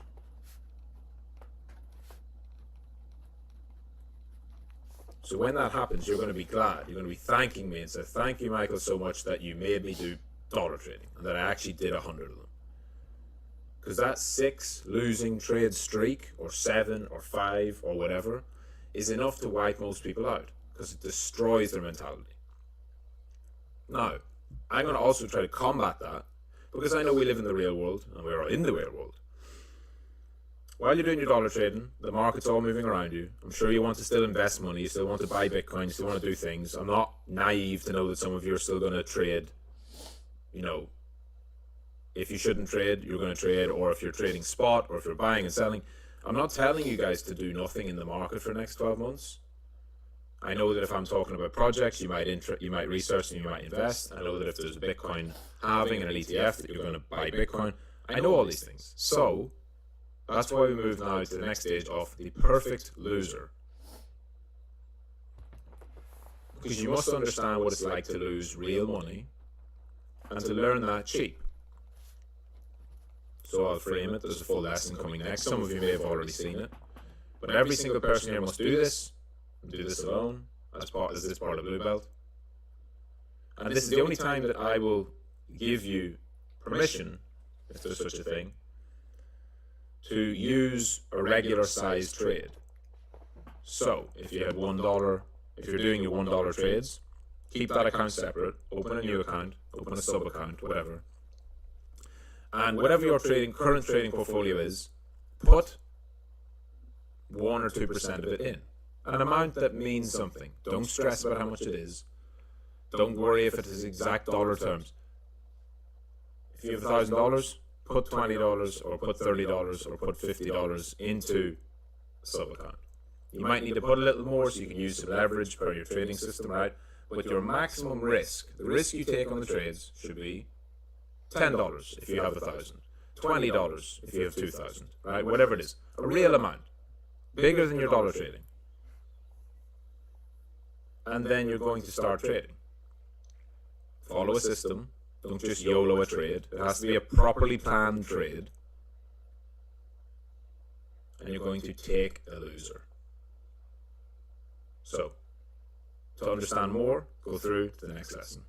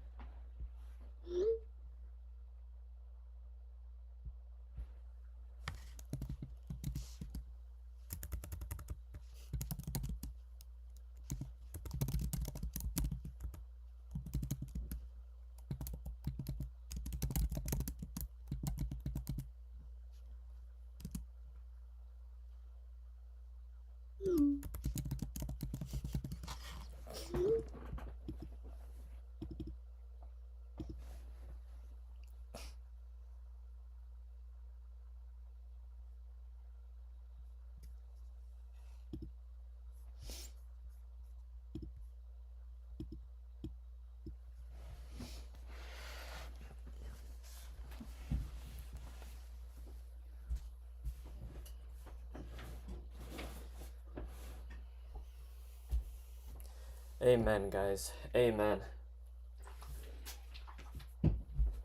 Hallelujah.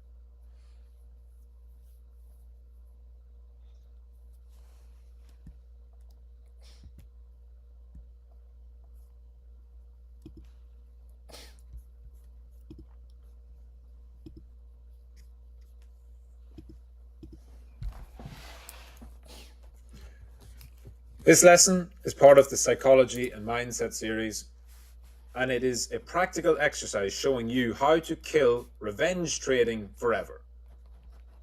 First, I want to talk about a classic study from sports psychology. You may have heard of it. If not, I'm going to tell you now. Basketball players were divided into three groups. Right? There was group one were instructed to practice their free throws every day for 1 hour. Group two were told to just visualize themselves making free throws, but don't practice physically. Do not throw one ball. And a third group did neither. They didn't practice, they didn't visualize, they just did nothing. Okay, so one group actually practiced free throws. The next group just visualized themselves throwing free throws. Third group did nothing. So as you'd expect, the group that did no practice, the third group, they showed no improvement. They didn't visualize, they didn't throw, so they got no better. However, the group that practiced daily showed 24% improvement from their pre-test levels. But the group that only visualized themselves making free throws improved by 23%, almost identical. The people who didn't practice physically but just practiced in their mind had a 1% difference in the improvement of their free throws after the study. And this study has been replicated multiple times. It's not just been done once. It's been done in different sports. It's been done in many other areas. And it always comes back that visualization is almost as good as doing the act itself. So the study proves the effectiveness of mental rehearsal, visualization. It's not just in sports. It can be in any field of performance. It could be in drama and acting. It could be public speaking. And of course, it also applies to trading. So today, I'm going to show you how to use this to stop revenge trading. First, let's talk about what revenge trading is. Revenge trading is basically a situation where a trader, I'm sure you've been in this situation, I know I have, you suffer a loss, maybe a heavy loss, and you attempt to get back at the market by making more trades. Usually with higher risk, and you're trying to double down, recover your losses, make it all back, whatever you're trying to do. You're trying to fix the problem the same way you created the problem. That's the big issue here. You're trying to get money back from the market that you lost in the market. So you don't need me to tell you that it's a terrible decision to do this. So it's an emotional reaction, first of all. Revenge trading is pure emotion. It's not strategic. So you know that it's a terrible trading strategy. But what causes it? There are many theories of what causes it, about all these emotional concepts, but it is basically just ego, right? It's ego. It's ego driven because your ego is the thing that makes you clam up and shell up when you think about taking a loss. Not just in trading, but anything in life. Think back to when you're a kid and you're playing sport and you miss that shot. You miss the open goal, you miss the free throw, you miss the shot, whatever. That feeling of humiliation, the ego bruise of failure, it all boils down to your ego. Revenge trading leads to emotional trading. So frustration, anger, fear makes you take a decision that is not systematic and not rational. You cannot be a profitable trader if you're not acting in a systematic and rational way. Emotional decisions lead to irrational actions, which leads to massive loss. Revenge trading does the complete opposite of what you should do after a loss. It increases your risk. So revenge traders take on more risk, doubling down and exposing yourself to even more losses. Revenge trading also ignores your trading plan, if you even have one. You should have one. If you ignore your trading plan, you're ignoring your rules for entering and exiting. You're ignoring your risk management. If you break those rules, what do you expect? You're going to lose discipline and you're going to have shitty results. And it also creates a real potential for psychological harm. I've met many traders, and I've spoke to many traders who are broken by their revenge trading losses. Mentality shattered, unable to get it back. So it's not just about the small moment, the small period of time where you're trying to make it back and maybe you lose a bit of money. You can actually irreversibly damage your trading psychology if you are not careful. So those are all the reasons why revenge trading is shit. But you already knew that, yeah? So how do we avoid it?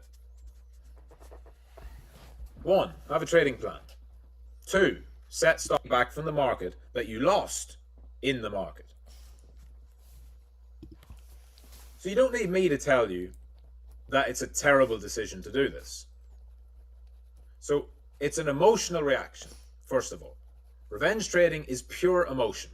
It's not strategic, so you know that it's a terrible trading strategy. But what causes it? There are many theories of what causes it, about all these emotional concepts, but it is basically just ego, right? It's ego. It's ego driven because your ego is the thing that makes you clam up and shell up when you think about taking a loss. Not just in trading, but anything in life. Think back to when you're a kid and you're playing sport and you miss that shot. You miss the open goal, you miss the free throw, you miss the shot, whatever. That feeling of humiliation, the ego bruise of failure. It all boils down to your ego. Revenge trading leads to emotional trading. So frustration, anger, fear makes you take a decision that is not systematic and not rational. You cannot be a profitable trader if you're not acting in a systematic and rational way. Emotional decisions lead to irrational actions, which leads to massive loss. Revenge trading does the complete opposite of what you should do after a loss. It increases your risk. So revenge traders take on more risk, doubling down and exposing yourself to even more losses. Revenge trading also ignores your trading plan, if you even have one. You should have one. If you ignore your trading plan, you're ignoring your rules for entering and exiting. You're ignoring your risk management. If you break those rules, what do you expect? You're going to lose discipline and you're going to have shitty results. And it also creates a real potential for psychological harm. I've met many traders, and I've spoke to many traders who are broken by their revenge trading losses. Mentality shattered, unable to get it back. So it's not just about the small moment, the small period of time where you're trying to make it back and maybe you lose a bit of money. You can actually irreversibly damage your trading psychology if you are not careful. So those are all the reasons why revenge trading is shit. But you already knew that, yeah? So how do we avoid it? 1, have a trading plan. 2, set stop losses. 3, understand risk management. 4, manage your emotions. 5, take breaks. 6, use a trading journal. 7, set realistic expectations. Guess what? I just asked ChatGPT how to avoid revenge trading, and that's what it gave me.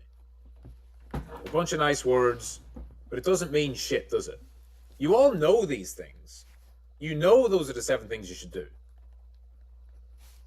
But it's the difference when you're actually in the market, on the charts, in real time, losing real money, that fucks you up, isn't it? It's all right to say after, well, I should have stuck to my trading plan. Oh, I should have managed my emotions. But that's no good to you, is it? I'm sure you've tried all these things, and you should do all these things. I'm not saying these things aren't important, they're crucial. But how do you actually turn yourself into the person who does all this by default? It's not by having a really nice plan, right? And you can't just say, I will manage my emotions, because your emotions when you're perfectly calm and rational and not in the market are not the same as when you're in the market in real time.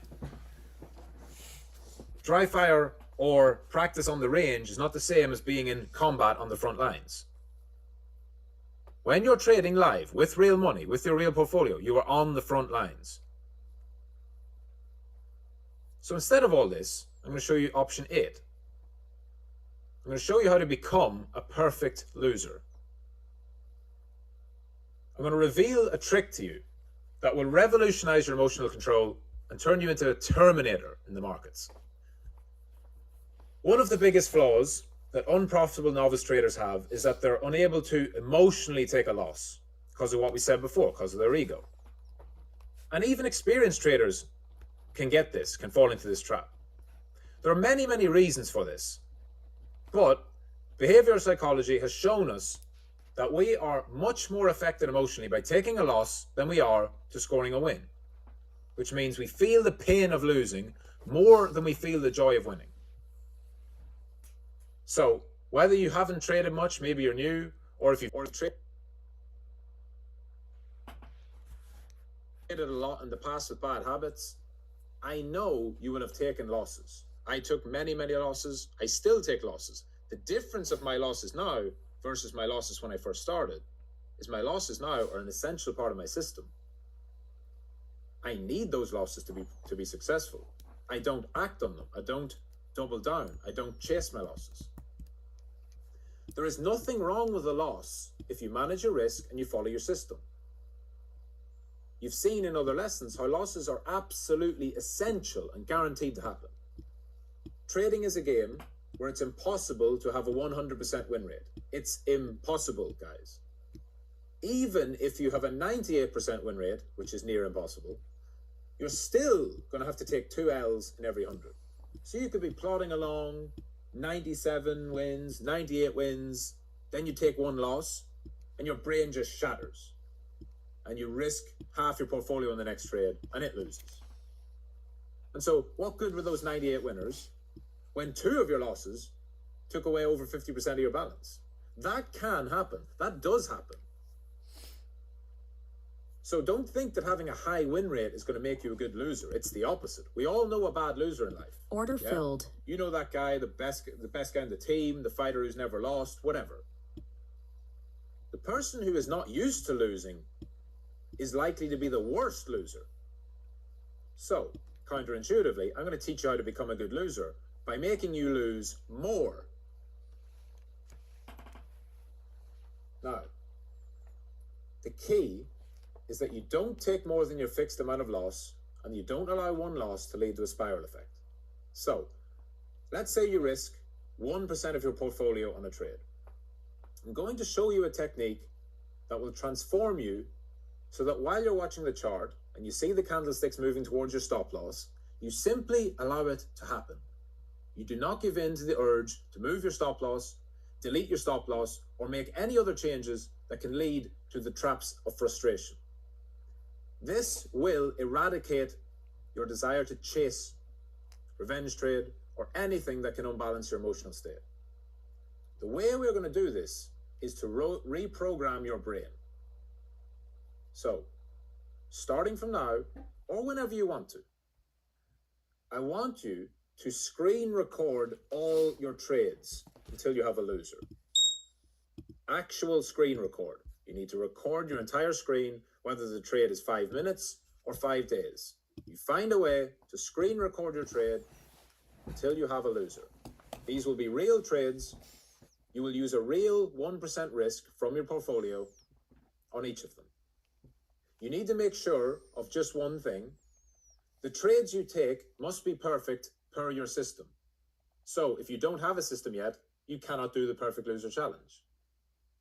There is no point doing this challenge if you don't have a system, because it's teaching you how to follow a system.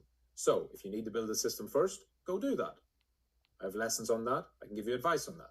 If you do have a system, and let's imagine it's a 3-rule system, you must follow those 3 rules to enter the trade.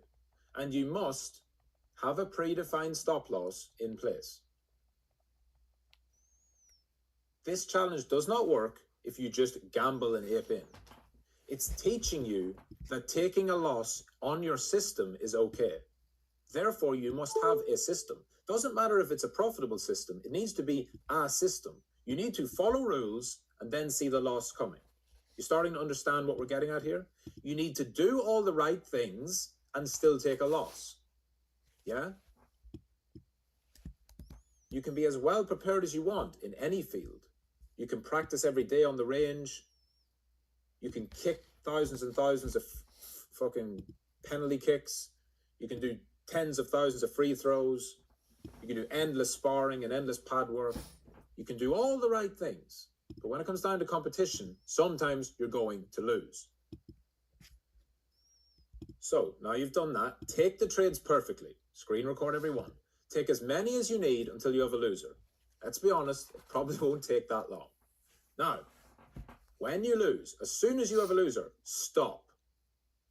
No more trading. No more risking 1% of your portfolio. You know that I recommend that all traders use very, very small risk at the start. Nowhere close to 1%, less than $1. This is the only time you can break that rule. You are only doing this to get one loser.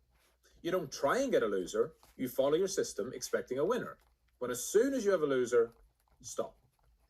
Next, I want you to write down on a piece of paper or in your trading journal the feelings you have in real time as you take that loss. Yes, you need to watch the screen, watch your exchange, watch price go to your stop loss, and write down how you feel. Now, the first time you do it, it might not even lose. It might go towards it and it might pull away.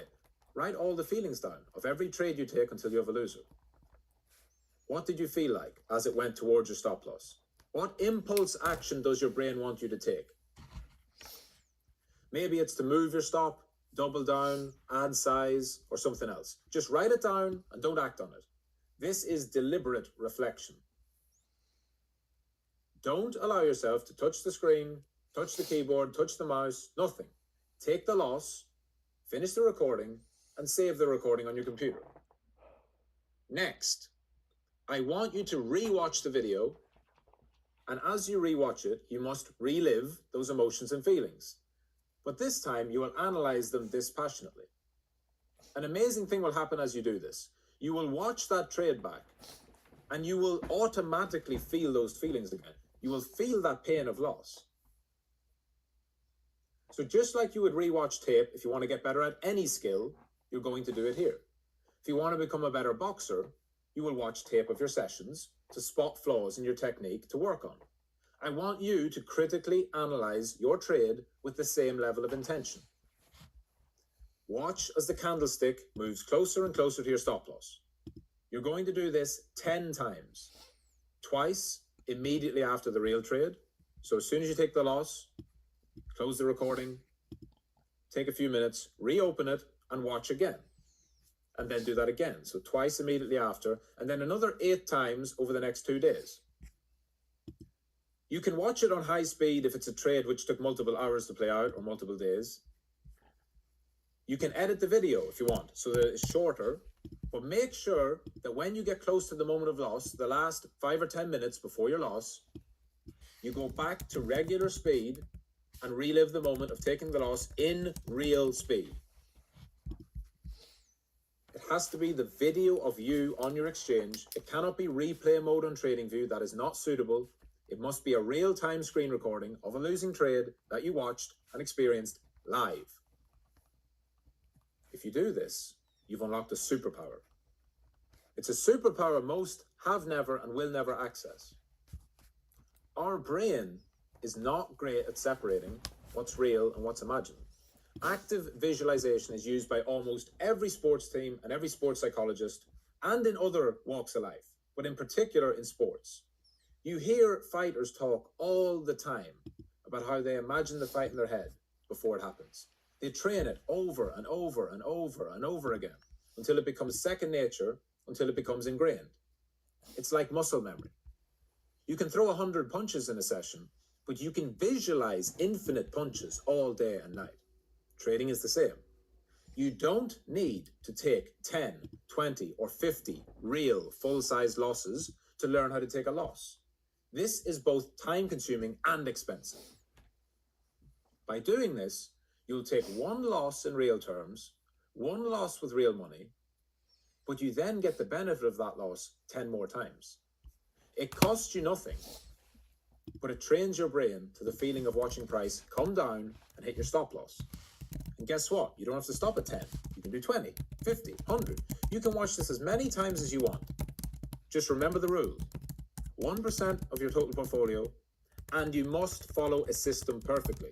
This does not work if you lose a lot of money on a bad trade. If you are supposed to risk $100 on this trade, and you take a bad trade with no rules and you lose 500, it's not going to help by watching that back. That's just going to give you PTSD of your dog shit decision. You have to follow the system correctly. You can make a simple system. It is training you to learn that taking a loser in a valid system is completely okay. Not only is it okay, it's necessary, right? When you do this, something magical is going to happen. Your real-time live trade is going to have all the emotions. You're going to feel the ego bruising. You're going to feel the desire to move your stop loss. You're going to feel the desire to double down, add size, whatever. You're going to feel all these feelings, but you won't act on them because you're disciplined. When you watch it back the first time, it's amazing, guys. When you try this, when you watch it back the first time, you're going to feel almost the exact same. Because when have you ever watched back a loser? I know what you've done every time you've had a loser. You've closed the exchange, you've closed the tab, you've logged out, you've closed the computer, you've smashed the screen, whatever you've done. You've done anything but reflect on it.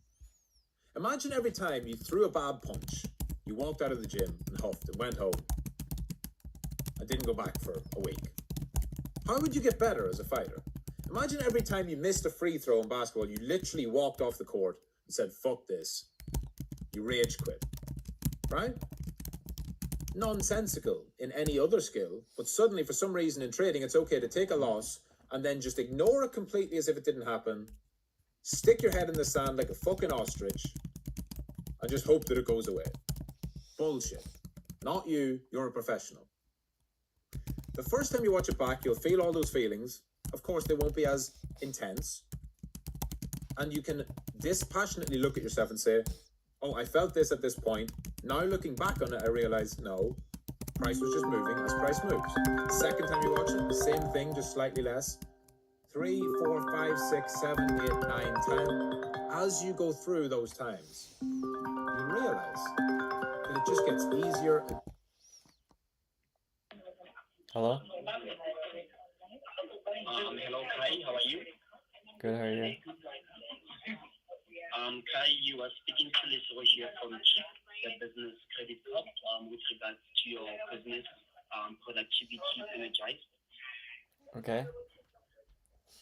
Yeah, so you applied for a business credit card with CHIP sometime last year.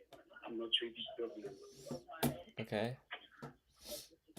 Yeah, so you didn't actually complete and submit the application. So I'm giving you a call to find out if there was anything in specific that made you not move forward with the application.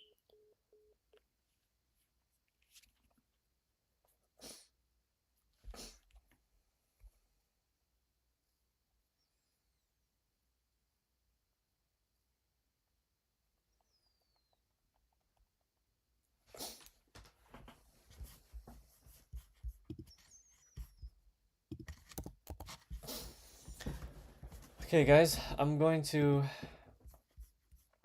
end the stream here, and I'm just going to watch back my losers, watch back my losses for the day. So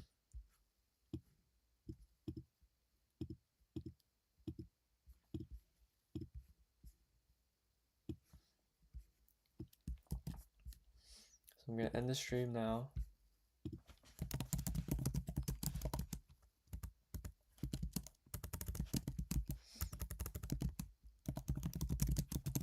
Gonna end the stream now. Summarize. Just do this.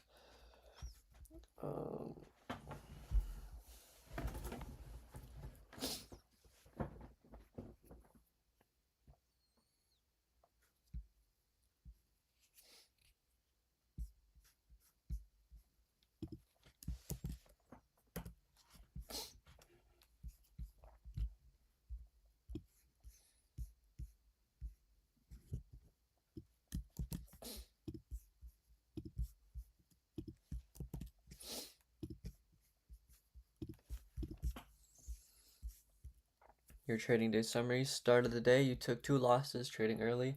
After those losses, you shift into a risk-controlled mindset. Risk-free trade setup, you entered a trade with only 2 points at risk. Effectively a low risk or risk-free mindset. Your plan. Look for price to make new high. A set and forget approach. You functional state and were seeking focus. You started adjusting your stop loss based on the moving average with recent touches, a dynamic exit method. You got stopped out and gained 15 points on that moving average stop. Positive outcome for a disciplined rule-based exit. Market read and indicators. You observed negative volume and a 1-minute indicator flipping into a mean reverting mode. That signal helped you recover all losses and more.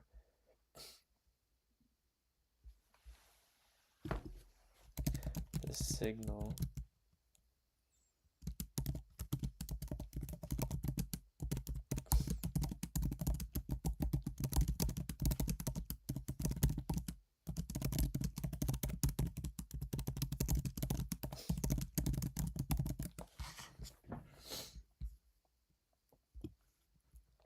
Da-da-da.